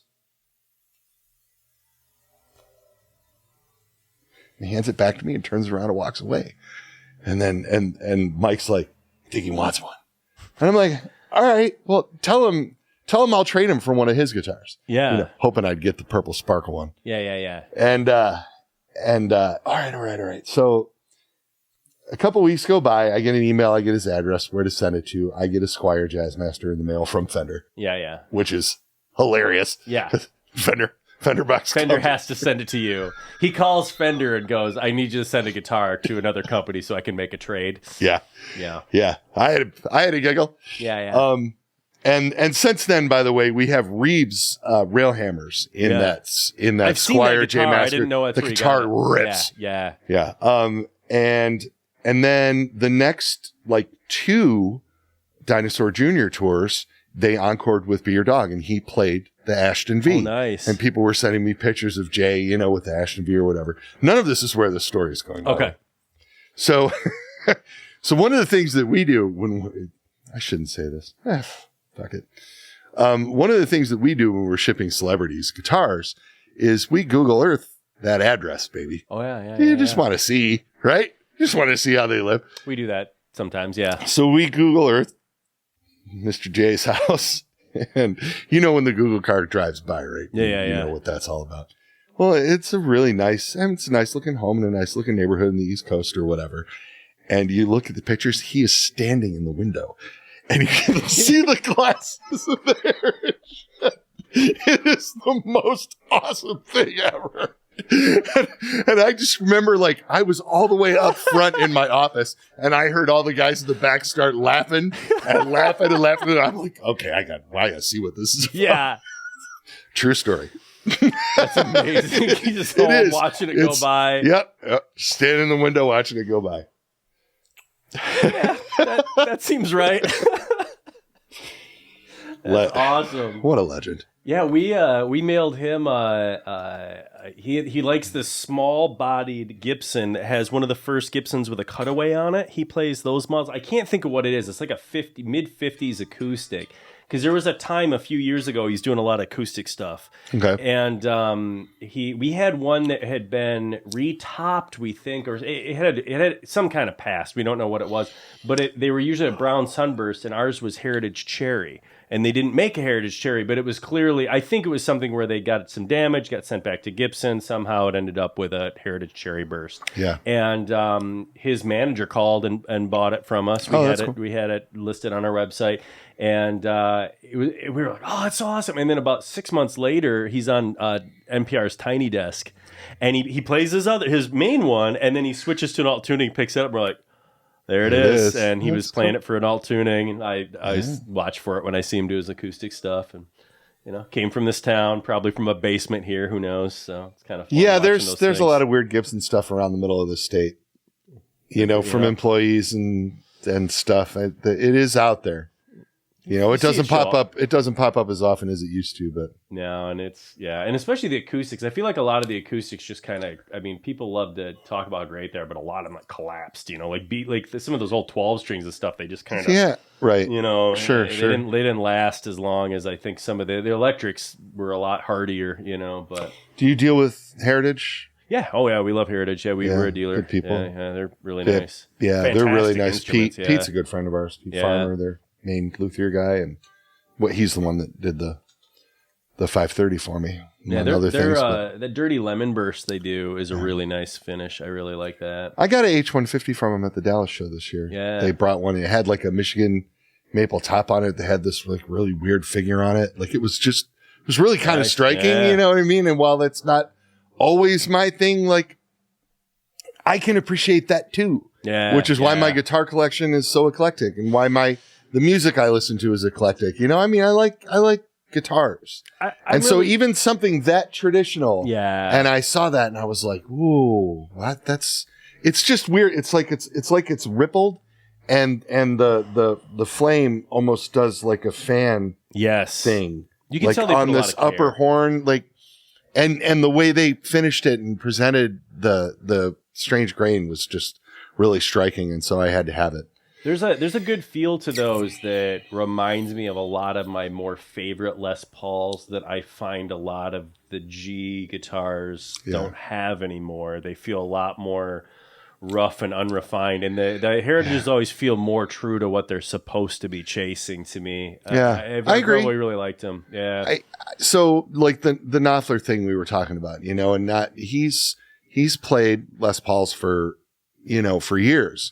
And then there's the famous story where he wanted the distortion sound for money for nothing, and he called Billy Gibbons and was like, "How do you do that?" And Billy Gibbons was like, "Well, you need to get a late 50s Les Paul, and you need to get this Marshall, and you need to do this and do that." And the sound is incredible. And with his finger picking style on it, yes, we've all heard the song a million times, and I know that it's a tired representation of that era. Yeah. And it's still awesome. Yeah. And when it gets to that main opening riff is incredible. And one of the things that's so striking about it is he's playing it with his thumb and his index finger, and you can hear the thumb scrape the string before he picks it. Yeah. And so for people that just pick up a guitar and play that riff, they get it close, but unless you're him, it's not right. Yeah. Because his thing is so oddly specific, right? So at any rate, so I've always been fascinated by his Les Paul tone because it's crushing, and it's on his solo records and stuff. If you listen to the leads in the song Sailing to Philadelphia, the leads are amazing. And,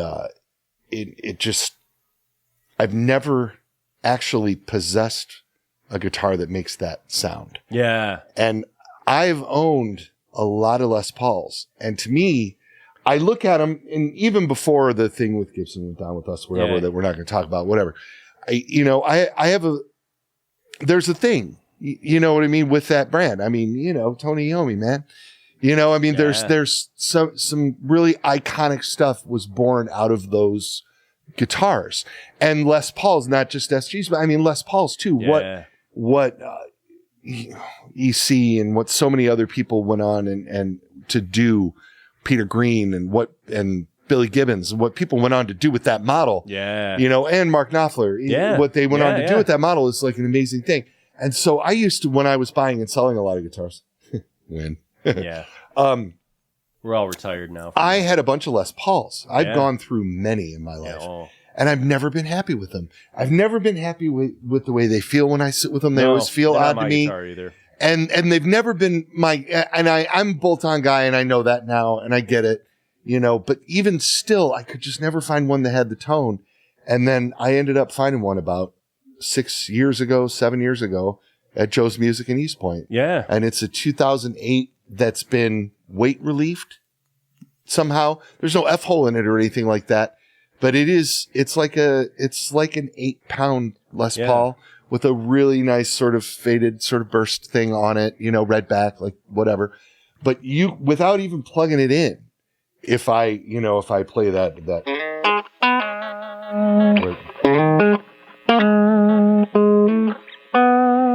all those like Brothers in Arms riffs, not plugged in, like this guitar nails that. Yeah. You can just tell. And I was so blown away by it that I bought it. And I feel like I have this like weird mystical, it's like a 2008, like it's just a production. It's not a fancy custom shop thing or whatever, but it just really drills that thing, and I'm not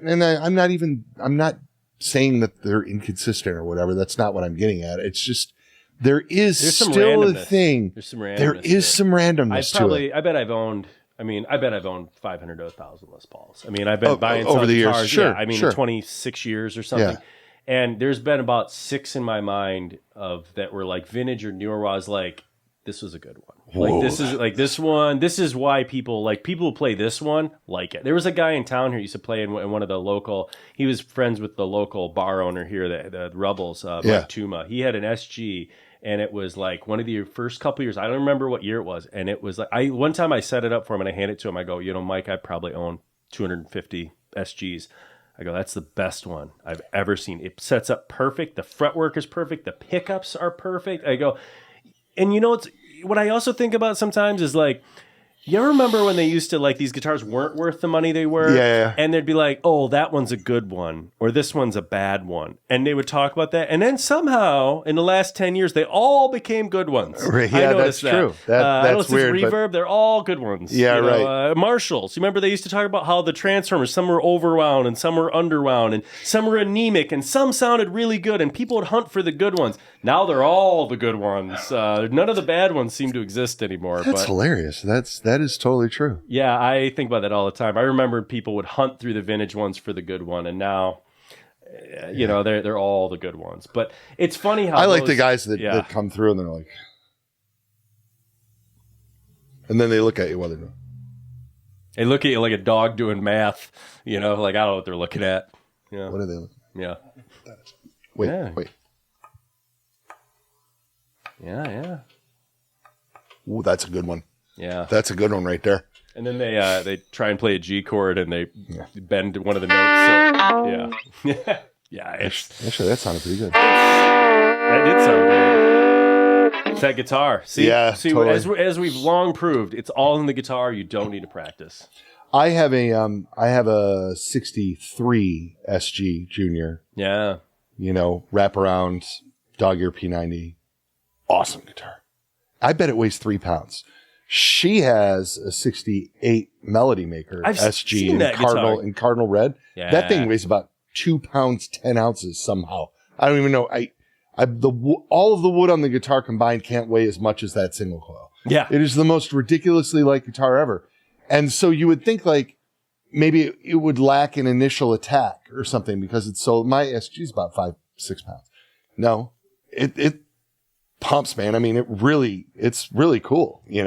It's a very, very interesting thing. And there is something to the aging thing. I mean, the fact that it's 60 years old is part of the reason that it sounds so good. If they were played, Watt's a big believer in this. And, when you play them, they just start to resonate more and more. And it's wood. So there's, even with electric guitars, there's like a thing there, and Joe and I firmly believe that this isn't just marketing nonsense. We firmly believe that there's some sort of mid-range thing going on with the Carina that gets you there quicker. Yeah. You know what I mean? That's the lightweightedness, but there's like some sort of cool resonance and weird mid-range thing. And I think one of the things, like,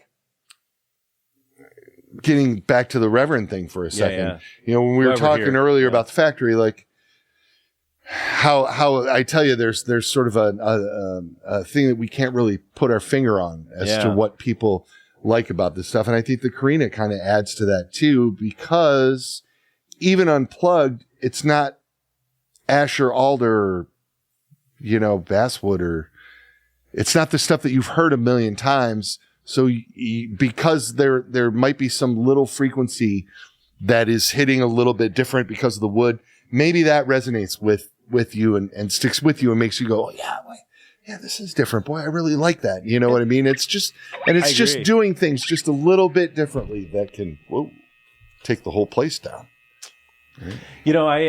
I think a lot of people, when they use more alternate woods, I've found with guitar manufacturers, the ones that have to stick to these bullet points, it has to be this, it has to be...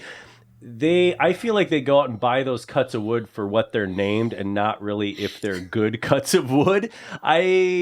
Sometimes I kind of feel like mahogany is maybe everybody's attacking the mahogany pile pretty hard and not everybody gets the top 25%. And could be. I feel like, I've learned that from watching a lot of guitar manufacturers and seeing when they use all, like, I wouldn't even say, like, that's not even a crazy wood for guitar wielding. They've used Carina going back to the 50s. It's not. It's big furniture wood. Yeah. Which is why Gibson. Is furniture wood we make. Well, that's true. Everything is furniture wood from our somehow that was how Gibson ended up with it for the V's and Explorers, because they needed big pieces. I think the lore says. Yeah. I think they needed big Grand pieces Rapids to make the big guitars, because the bodies on them were big, and that was how they ended up using that. It was like a happy accident. But no, I think a lot of those companies that use those alternate, and like I say, I use alternate really lightly, but I feel like they're thinking and listening and paying attention more, because when you pick a wood that's not just a bullet point wood, I feel like you have to have a reason. And it seems like I see a lot more people, like, their guitars always tend to usually sound better to me. I know that sounds a little weird, and I might be overgeneralizing, but I feel like if you're just like, I have to have A, B, C, and D for this formula guitar, that's not necessarily going to get you there as much as listening to it when you put it together. And I think sometimes that makes a lot of difference too. So, also, I think with a lot of the vintage stuff, I get on this high horse every once in a while. The pickups are just lower output. Yeah. And you hear more of the guitar than you do the pickup. The 70s came around and everybody wanted overdrive, and we have people like Seymour Duncan and Larry DiMarzio, and then eventually EMG, and people that made whole careers and whole companies out of making hotter pickups for existing guitars. Yeah. Because for some reason, the guitar manufacturers and the amp manufacturers were the last ones to get dragged into making high gain things. You know what I mean? And the pickups and the pedals came first. Yeah. And now people are plugging super high output pickups into super hot amplifiers and hot pedals and things like that. And so in my mind, and I could very well be wrong, but in my mind, you're losing something there. You know what I mean? You're like overwhelming the system. And that's cool. That is its own thing. That is very cool, right? Because I love high gain shit. I get it. I like that. But then when you take a lower output pickup and plug them into high gain amplifiers, you get this like smooth dynamics. Yes. And what you can control with the volume control in your guitar and what different pedals react differently. That's why we saw so many retro blast pickups. Yeah. You know, because you don't have to like be that aggressive. No. The real hammer clean cuts sound great. The anvil sounds great too. Yeah. You know, but there's an art to that. And I think that's why when I plug in the vintage SG, you know, I'm always like, oh, this sounds great. Well, then you measure the bridge pickup and it's like 5K or something. Yeah. You know, and even that number is also not necessarily representative of how the pickup sounds. You know what I mean? Because some people love that. That's all they want to know. That's all they want to know. Right. K. But the gauge wire and the magnets and all, it all plays together. Just like this being Karina doesn't tell the whole story. No. The maple neck tells part of the story. The Alnico soap bar P90 thing tells part of the story. The fact that it's a trem and not hardtail tells a lot of the story. You remove all this wood from around the bridge, you change the fundamental sound of the instrument. I love tremolo guitars, I don't think it has much to do with using the tremolo. Yeah. I like the way the hollow behind the pickup and the springs, and it's just different. And it took me a long time to realize that was what I liked. And so the vintage guys will hate me. Yeah. But I think that American Standard Strats between 88 and 95 are the best sounding Strats. And they all have swimming pools. Yeah. But I think every time I play one, I'm like, oh, they just resonate. Yeah. They just sound awesome. Yeah. And the bridge pickup, there's like a warmth to that position 2 thing, that the bridge pickup doesn't sound as much like a Telly. Right? I mean, the bridge pickup of Strat never really gets quite to the Telly thing anyway, because of the way the vintage Telly pickups are mounted and all of that. Yeah. It does its own thing. But that pickup can be really super bright in a true vintage Strat, which is why the 5-way switch became popular to begin with. But the swimming pool ones, man, they just kill. And I've one of the first 2, other than the shitty Kramer. Yeah. The first guitar that I bought new was an RG 570, and I still have it. I played the crap out of that guitar. It's jewel blue. I played it in my first 2 bands, and it was the only. Hair teased. It was the only guitar I gigged out with for years. No, I never had the hair teased. I was looking to see. I had true. Yeah, Penny's doing it over there. I had Skater Boy. Okay. I had the front. I had the front long and the back short. And nerd. Yeah, it's true. And then the first Fender, the first Strat I bought new was a American Standard 89 blue one. I still have that one. It's got Billy's DiMarzio pickups in it. Nice. Because I compared that with a lot of this, with the Billy stuff that we do now, just for fun. So I still have that guitar and it still gets used at Reverend. And then I bought a 95 surf green American Standard matching headstock. Oh, in like 95, they did all of them with matching headstocks. Yeah, all the colors. Were those? And I American? had multiples. Yeah, those were American Standards. They did a 95. bunch of Japanese reissues in that time too. I remember that were pretty cool. The surf green ones, just that color is just so cool, and it's so. But I like the bridges that they were using then. I mean, that is like my favorite iteration of that guitar. It's a legendary guitar, you know. It's not weird for me to sit here as the CEO of Reverend Guitars and talk about Strats and Les Pauls, right? Because we're all here in some regard. You're because of Strats and Les Pauls, man. I mean, like, I get it, and I like that stuff, and it doesn't mean I necessarily want to copy that stuff, but you have to pay homage to it. I mean, you know what I mean? Companies do. None of those people worked there in the 50s, right? You know, I mean, hilariously, yes, and it's changed hands a bunch of times since then too. I mean, like 8 different companies ago, some of them. Yeah. But the maple neck bolted to a guitar body is Leo's thing. Yeah, absolutely. You know, and I mean, look at it's ubiquitous with electric guitar. I mean, it's part of how it's done. Yes. You know, and it's fascinating. And you sell G&L products here, right? Oh yeah, I've been. And because we know we have a mutual friend, Ron. Yeah, Ron. Ron is a friend of ours, friend of mine too. And I've been through the G&L factory a couple times. I got to sit in Leo's chair. Oh, I have a picture. Spin around in that thing all the time. Yeah, but it's cool. You go into that little room and you're like, the man worked in here. Yeah, they left all his stuff. And the man had no respect really for what he did. Like, I mean, he had like a casual knowledge of what his impact on the music industry was, but his impact on it can't be measured.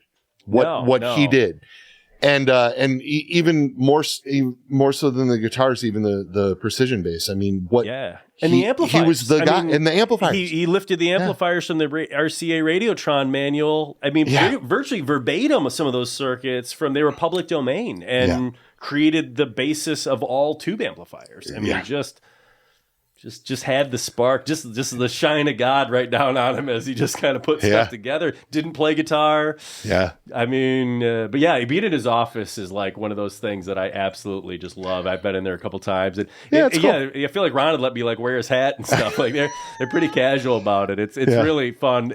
I love that there's an operation game on the wall, like over in the corner. And one time I asked Ron, I go, why does he have operation? He goes, I don't know. It was in here and he died. And that was the answer I got. So there's. What if it was one of his grandkids or something? Yeah. Maybe he needed to fix it and never got around to it, or who knows? I don't know. Someday. Or he stole the alligator clips off of it to test pickups. Yeah. Someday I'm going to play operation in that office. I'm going to talk Ron and let me put a battery in that sucker. I like some of his later creations. You know, I'm not crazy about the last couple trems that he developed, because I think he really nailed it with the original thing. And then whoever refined the 6-bolt thing to the 2-point thing is the one that really fixed. I thought he was the one that did the dual fulcrum, and then I thought that Floyd kind of ripped that. Maybe to be honest with you, I really don't know. Yeah, I don't know. I mean, it just became everybody started going to the 2. But the 2-point thing with the knife edge is what keeps these things in tune. Yeah. I'm not crazy about I get one of the number one questions that I get asked is when we're going to put a Jazzmaster trem on something, and the cheap ones are junk. Yeah, and you really have to go to I could go to parts suppliers and buy them, but I would never be happy with what we had unless I went with a mastery thing, which those do seem to work. But they would add so much to the cost of one of our instruments, it doesn't make it necessarily feasible. But the bottom, an unpopular opinion, but hey, I'm allowed to have it. This works better, man. It just works better. It works. The Jazzmaster thing is the offset thing. Everybody is so into it now, and everybody's so into the Jazzmaster thing, and having that extra piece of chrome there is all a part of that. And I get why all of that works together. It's just that I feel like what we've done is make an offset waist body with a guitar that has features that sound a little more modern, that are usable with today's electronics, and that stay in tune. And I'd agree. I'm still sort of fixated on that thing. I don't feel like I want to jump on the trendy thing and do here's a Reverend with Jazzmaster style pickups and a Jazzmaster style trem, because I don't think that's what we do.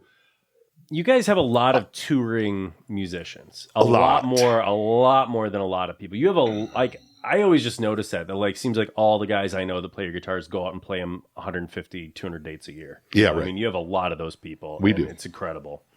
Yeah, because they stay in tune. You can, like Igor said, you can beat the crap out of them, and when you want a hammer that's a good hammer, that's the thing. You do a great job with that. I like Jazzmasters. I have a 64. I've set up a lot of Jazzmasters, so I don't like Jazzmasters. I like looking. They're okay. They look cool, but I love looking at them. Yeah, I don't like working on them. Right? I can't even play a Jaguar. The neck is so small. Yeah, and I like looking at those too. But she has a competition Mustang. Yeah, a vintage one, 71, 72 with the blue with the racing stripe. Yeah, those are cool guitars. But again, it's just not something that we do. I say that, and Watch Nailer's going to come to me tomorrow and be like, "Hey Ken, I perfected this." Blah blah blah blah. All night. And they're like, "Here we go. Now I have to eat my words again." Because I'm the guy that said we never do a Strat, and then we did the GPS. So it's a great guitar. I like that guitar a lot. Yeah. Are you guys still making that? No. I wondered if you weren't. It was. I feel like people didn't quite get it. No, they didn't quite get it because I felt like it was more like a Sir or something than like yeah. Like a Strat. I can go on rec. I mean, there's a number of reasons, but it's not what anybody's looking for from us. Yeah. There's plenty of that on the marketplace. Well, and that's when you talk about you do what you do well, right. And that's where like you know how to make what you do really well. And we made that. We literally made that guitar as a vehicle for the Fishman single width Fluence pickups. Yeah. And once we started doing that, then it just seemed to make sense to Joe, at least, to just go ahead and put it in the Strat body for what it's worth. Yeah. And we kind of, because the Fishmans are so popular, having the charging system all built into the body and everything, and not having to have the battery plate or the plate that covers the trem that has the battery built, not having to have any of that, having it all built in like the Greg model. Yeah. We kind of thought it would be a bigger hit. And I think with the people that got them, it was a big hit. Oh, I think with the people that got them, we're like, oh, I love that it has these pickups and it's all in there or whatever. But then it sold really well for a little while and then it just stopped. Yeah. And we were like, and then, again, is this a hill we really want to die on? It was a cool thing to do. I kept one. Yeah. I dig it. I think it's really cool. Gil is still playing them, It was a great guitar. Yeah, absolutely. I mean, and we'll do something else with Gil down the road. Gil's our guy. He's a good dude. Yeah. Oh, I think you've had 3 or 4 I can think of. You had the Charger and that frame. You've had every frame with him. I think on 6-gun, 6-gun thing and Charger thing. What else you want to know about products I don't make anymore? I'm sorry. I don't care. I care. Like everything. I don't care at all. I like that. I like that stuff too. But yeah, we have, and we're still going for a lot of what we do is artist driven, right? And so that was artist driven. I mean, we would have never been doing business with Fishman if it weren't for Greg. Yeah. And then it turns out that they've got a pretty interesting modern take on active electronics. You know what I mean? I feel like some of that stuff is pretty cool. I feel like EMG didn't really refine for a really long time, and they came in and just went, "We're going to make better versions of all these," and they're really good. Yeah, I think a lot of their humbuckers are great, and I think it's good that you're willing to try stuff. I mean, there's companies that just make, a lot of them that make the same thing over and over and over, and they're in a rut, or they just when they do innovate, they just just find a product somebody else is doing well with, and then try and. I can think of a couple of those, but Yeah, we roll with it, and then we listen to what the artists want and what they want to use and stuff. Look at part of the thing of working with Greg was, I do signature pickups with this company over here, so we're going to have to work with them if we're going to make this come together. And it's like, cool. Yeah. I like those guys. Yeah. You know what I mean? And now we've gotten to know them and be friends with them over the years. And it's the more you know, right? Yeah, and I like doing cross-branding things with different brands. Why wouldn't I? Yeah, it's fun. Yeah, why else do we do this? It's not for the money. Didn't we say that at the beginning? It's not for the money. It's not for how long did you work on the WattPlower for? That was 6 years. I was going to say, I remember you showing me a WattPlower and then it being so long that I was assuming it just fell apart because I hadn't seen it in so long that I was like, well, I guess that never came together. And then you're like, hey, we did it. And I'm like, oh man, that was a long road for that guy. So when did we launch that? We launched that at the NAMM show in 2017? Yeah, it was a while ago. Okay. So I took the prototype to him at a Fire Hose reunion show in April of 2012. I have the poster from that show hanging in our demo room, and that was when he got the first proto. Yeah. So it was 5 years at least. Yeah. How long did we go at it before we got the first prototype? Because Joe works at his own pace. I'm right on my 6-year number. And we did a whole lot of prototypes. Yeah. And he, and it's so funny because it's a funny story. I've told this story before, but I tell our artist program is not about hey, Matt West, I made this guitar here. We're going to make it and put your name on it.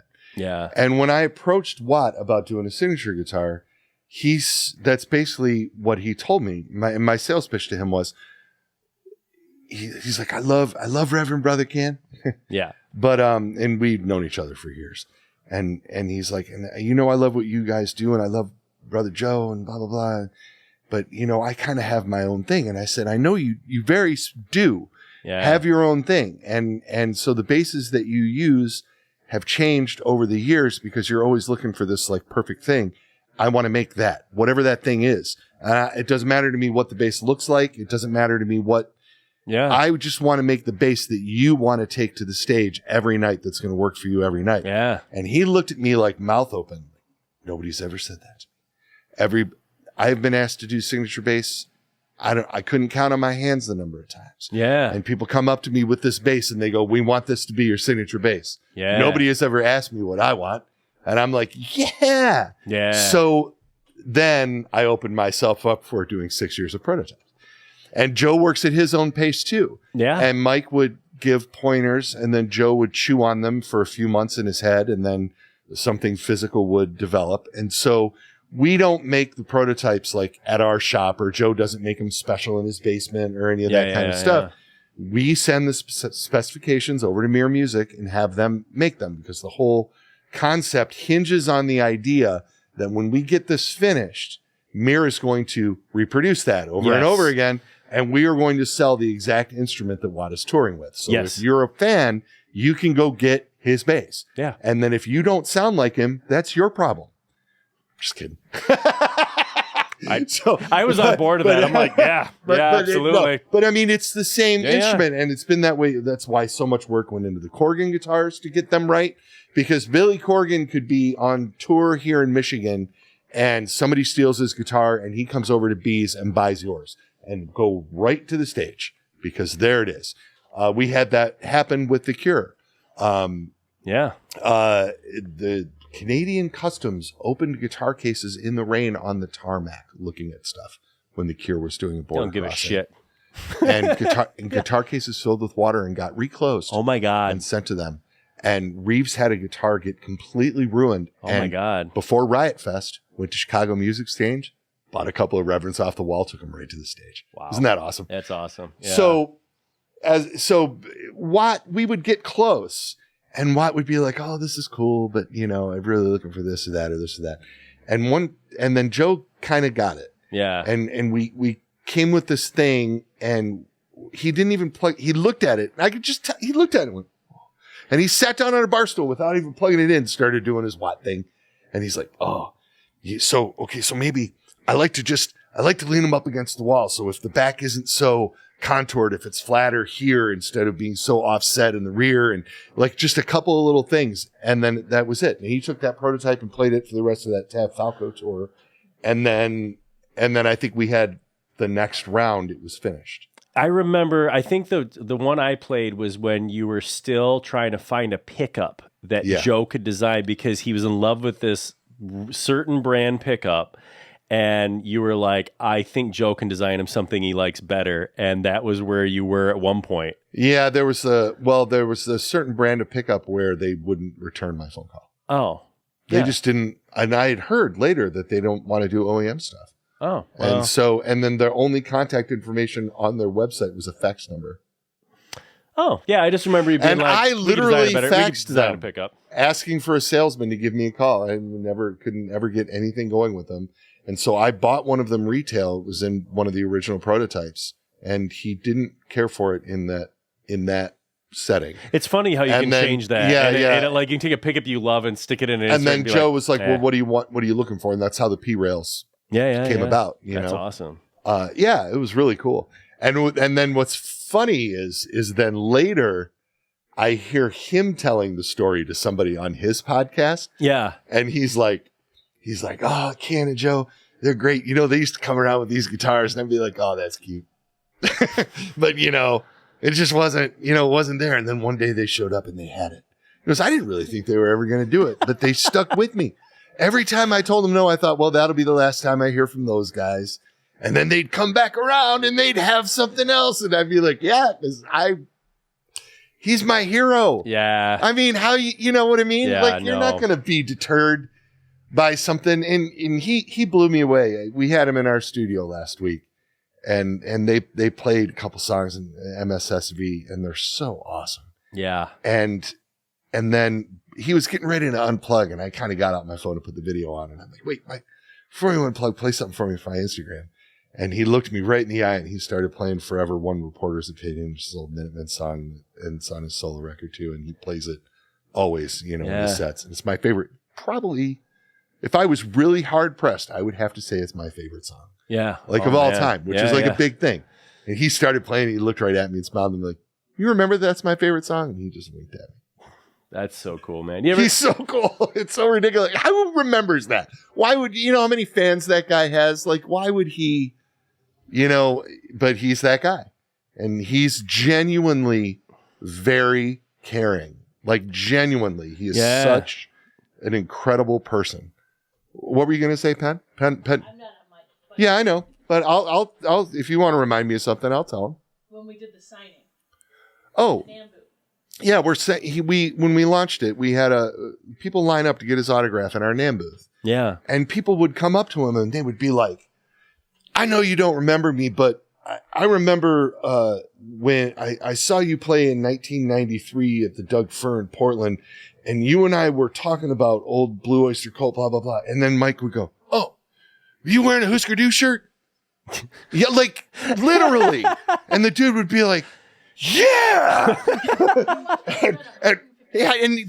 We just saw this repeated. Like, he must have some sort of weird photographic memory, or because he remembers everything that people say and talk about, and just tells the most fantastic stories. And he's such an interesting cat.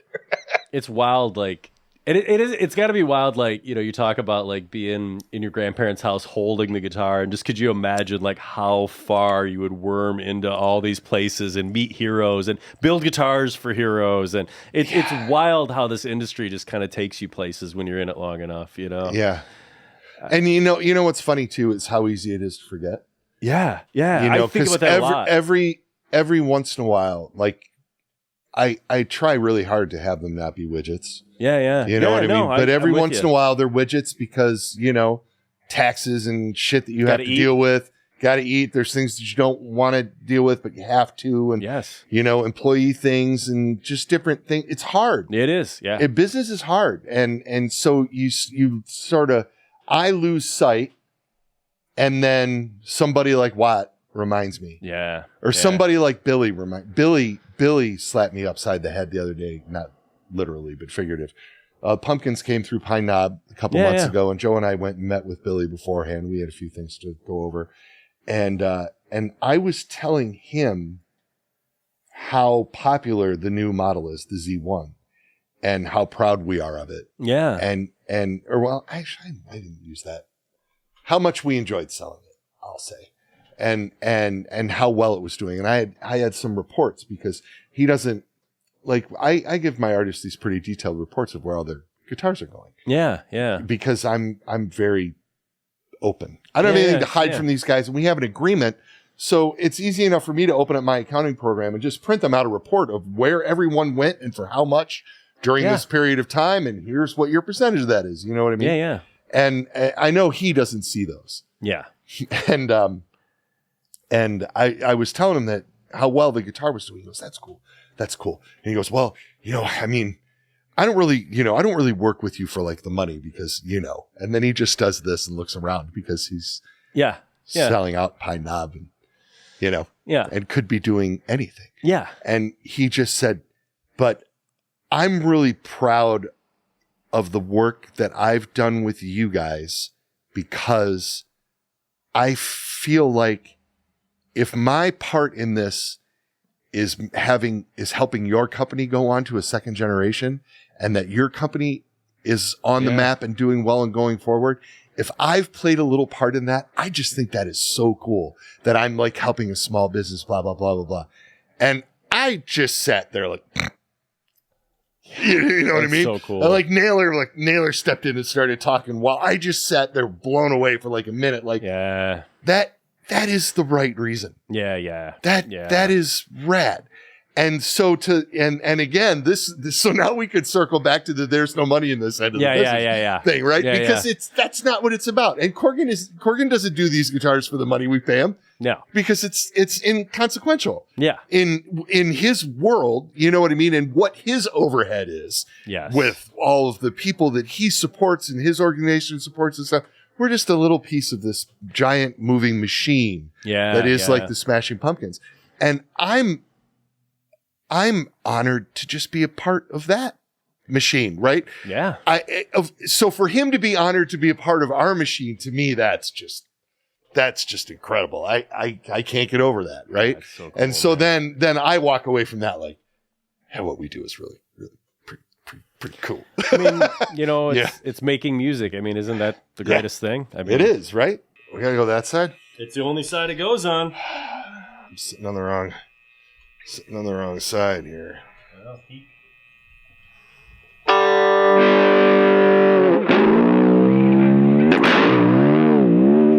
I gotta get some more gas out of it. Give me some more chalk, would you? A little more chalk.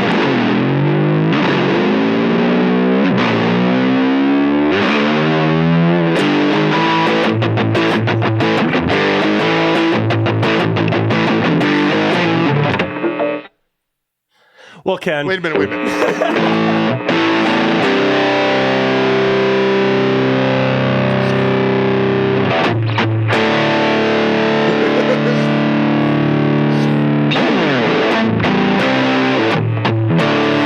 At this point in my life, I think I can sing as good as Vince Neil, so I might as well go for it. It would have to be better. Have you seen that video? Yeah, everyone's seen that video of him. Okay, so no, we were talking about. So we'll talk about this now because we were actually going to save it for the camera. So we're going to talk about the 2 times in my life that Vince Neil has displaced me.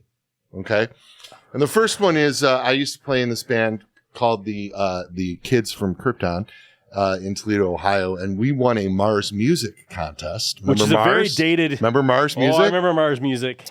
And part of the grant, we won $5,000 in gear from Mars. They had a little shopping spree, and then we got to open for Vince Neil at Riverfest. And so it was NAMM weekend. I flew home from Nashville to play the gig, like some sort of rock star asshole, right? Yes. Tipsy on the plane, half in the bag. And with this band, it was fine. And I'm going to the stage, and we're about to start. And I'm like, oh, I have to go to the bathroom. I had to recycle some of this beer. So I start walking over to where the restrooms are in a trailer because it's on the Riverfront Promenade Park in downtown Toledo.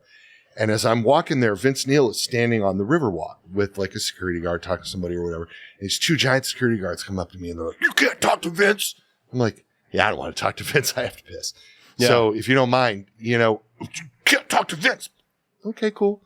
So I go to the bathroom, and I'm looking out the little window while I'm going to the bathroom. And the people that are around Vince all walked away, and he's standing out there by himself. So I just walked out the bathroom door, walked right up to him, just, "Hey, Vince, how you doing?" And then started walking real fast to the stage because all these security guards like, and I'm like, I got to play a gig, and I just go to the stage and picked up my guitar. So apparently saying hi to Vince is a big no-no in 1999 or 2000, 2001, whenever that was. So if that wasn't bad enough, whatever. It's just a weird story.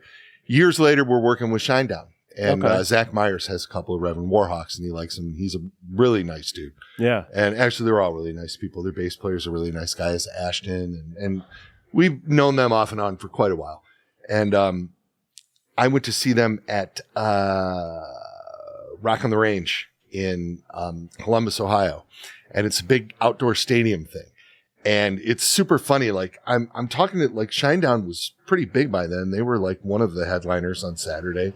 And then I think it was Shinedown and then Buck Cherry and then Motley Crue. Okay. And Shinedown and Buck Cherry all had like trailers, like for dressing rooms and stuff, a part of it. Because in the main stadium, there's 4 big dressing rooms, and each of the guys in Motley Crue had their own because they would none of them talk to each other. They didn't see each other until every night, like right when they hit the stage. Isn't that hilarious? And all written into their stuff, and all the guys in the other bands were like, yeah, that's the way it is. It's a little weird. And, but whatever. So Shinedown's playing, and I'm with the guitar tech, and I've got all the credentials. I can be wherever I want to be, and I'm with the guitar tech on the stage, and I'm watching him play, and it's kind of a trip because it's a big stadium. There's a lot of people there, and just like I don't get like I've been doing this for a while, so I don't often go like, "Fuck this! This is crazy." This was one of those moments where I was like, "Oh, I'm standing on stage in front of 80,000 people. Yeah, that's pretty weird." I'm going to sort of be over here and be out of the way and be quiet, you know? Yeah. And I'm just standing there watching the show. And all of a sudden, the security guard, like a foot taller than me and a foot wider than me, man, you got to go. And I'm like, I had the stuff. And I'm like, I don't have to go. I'm here with these guys. I'm cool where I'm at. No, you got to go. And you got to go now. And Zach's guitar tech was like, they had this like little like crow's nest sort of thing that was up off the stage a little bit. He's like, you probably go up there. You probably see better anyway. And I'm like, oh, okay, cool. So I go up this ladder and I'm sitting up there. And like 2 minutes later, out comes Vince Neil right to where I was standing. And he's got like a babe on each arm, and he's got like a hand on the one's shirt and a hand down the back of the other one's pants. And he's like all like decrepit. And it was bizarre, man. And here I'm looking down. I'm like, oh, cool. Vince Neil needed me to move. So I have a thing where Vince Neil's security guards just tell me to move. That's one of my personality quirks. I still, I don't know what's going on with it. That video of him singing, where I thought the first like 10 times I saw it, someone like redubbed the audio. Did the whole the Ingve thing or whatever. That was him. Yeah, that's. Do you remember the what's his name from Dream Theater? Petrucci, yeah. Do you remember the Petrucci? The first time I saw one of those videos was Shreds. The Shreds videos. Remember this? And the first one with him was like, he's talking, he's got this like giant rack of stuff, and he's like, this controls the rotation of the earth. I never touched that one. Those were such good videos when they first made them. Funny. Yeah. Classic stuff. Yeah, the internet. I'm sorry my Motley Crue stories weren't that in. They're pretty good. I mean, I think they're still weird. But I am rocking this. Yeah, if you think you're going to get this back, you can shout at the devil all you want when you wear that. I think so. I think that we're not going to tell the story with that. But no, we'll just leave it. We're just going to let people wonder what that is, or where it came from. I feel strangely masculine. Really? Yeah. I mean, they did. I think they did. They did. They sure did.